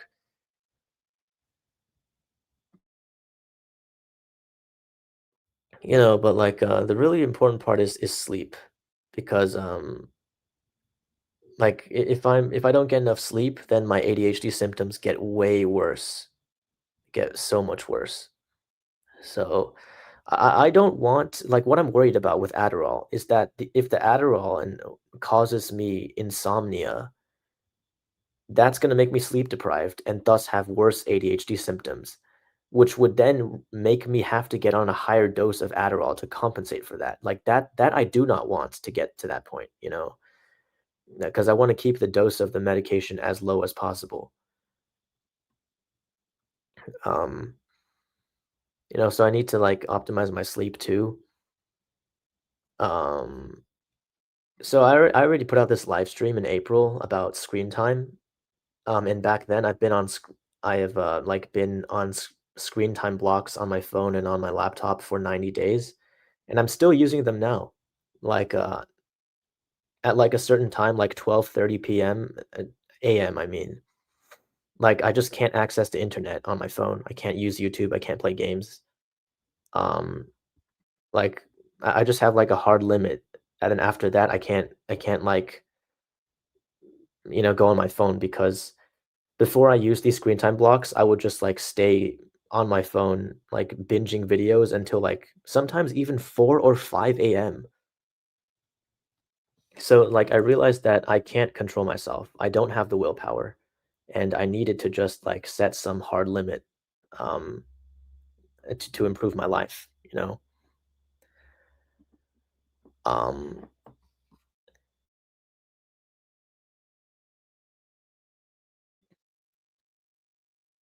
and because the thing is that like I actually had to make these screen time blocks even stricter because initially the blocks I set up were not even strict enough because I had ChatGPT on my list of always allowed apps in the summertime. So in the summertime, my sleep would be shit because like well, also because of the weed withdrawal and shit, but I would stay up later than I should have because even though I blocked YouTube, I blocked games, I blocked web browsing, I still allowed ChatGPT. So then I just like stayed up until 3 a.m. many nights talking to ChatGPT, asking ChatGPT questions. So at the end of the summer, like in August or something, I just like made the blocks like really strict. So I can't talk to ChatGPT. I can't even read Google Play Books, because I can't read news. Because the thing is that when I didn't block absolutely everything, I would try to like stay up late and like read whatever I could get my hands on. So I was like reading the previews of books on Google Play. I was reading like news, you know, like so look, I'm gonna compulsively use the internet at night if I don't block absolutely everything. So I did what I had to do.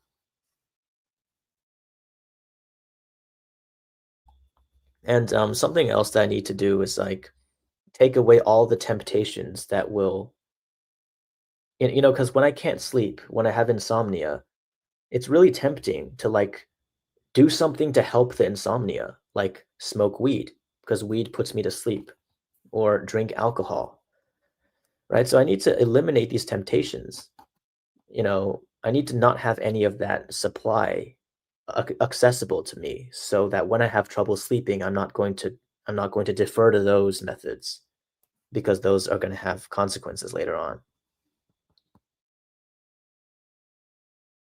And I've already experienced this being a problem with Adderall.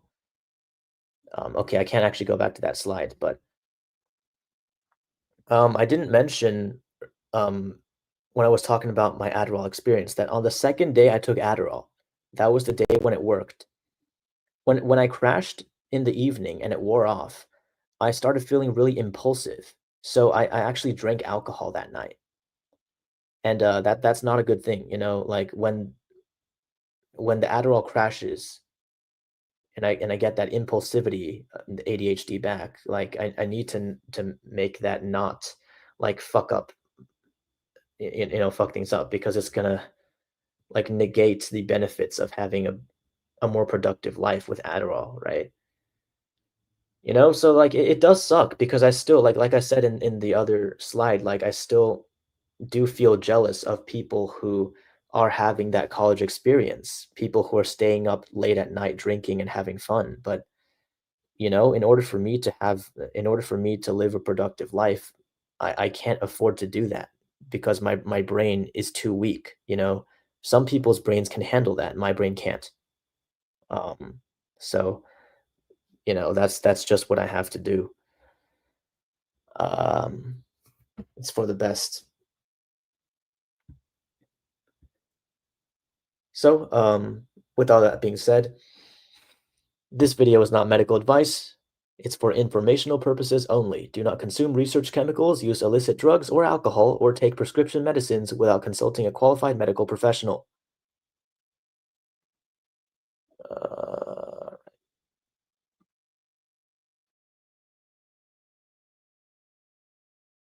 okay, guys, I really have to like end the stream soon, so I'm just gonna answer your comments and then I'm gonna be calling it. Live Love Laugh says, "Nah, men still find the average female attractive. The other way isn't." That's true. Well, I don't find the average man attractive. Well, I do find the average woman attractive. So, you know what? You got a good point. You're correct. Like when I was in high school, I found like 80% of women attractive, but now I find like 5% of men attractive. I asked that, do you still find the average male attractive? No. I'm Illusion says, yeah, I agree with Love, Live, Laugh. Hypergamy can help terrible BP. I don't see how it can help. Like, I don't see how it helps to feel less attracted to people that you can get. Like, it's better to have lower standards if you're ugly yourself so that you can be attracted to the people who are on your level, right? I'm Illusion says LTB with Chad isn't uncommon nowadays. I don't know, man. I'm Illusion says Hernan Drago is a brutal case of hypergamy. I drive in a country with driving laws of India, so basically free for all. ADHD doesn't seem to be an issue. Okay. I am the opposite of women. I find people uglier than me harder than the models. I mean, I get that. Like, there is something to like the model look that kind of looks a bit too like over the top. looks kinda unnatural. So someone who's, like, more average looking looks, like the girl next door looks more like a regular human. It doesn't look like a doll, you know what I mean? Like, just go to solitary confinement, bro. It'll help you focus, bro. Avoid corporate jobs for good. It's hell on earth with no benefits. See something else.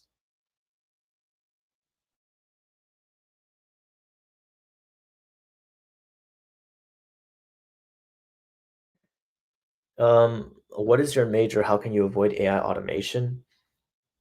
Bro, AI automation's fucking cucking me, bro. It's kicking my ass. I'm a computer science major, so it's fucked, man. It's over for me. I don't know what I'm gonna do, bro.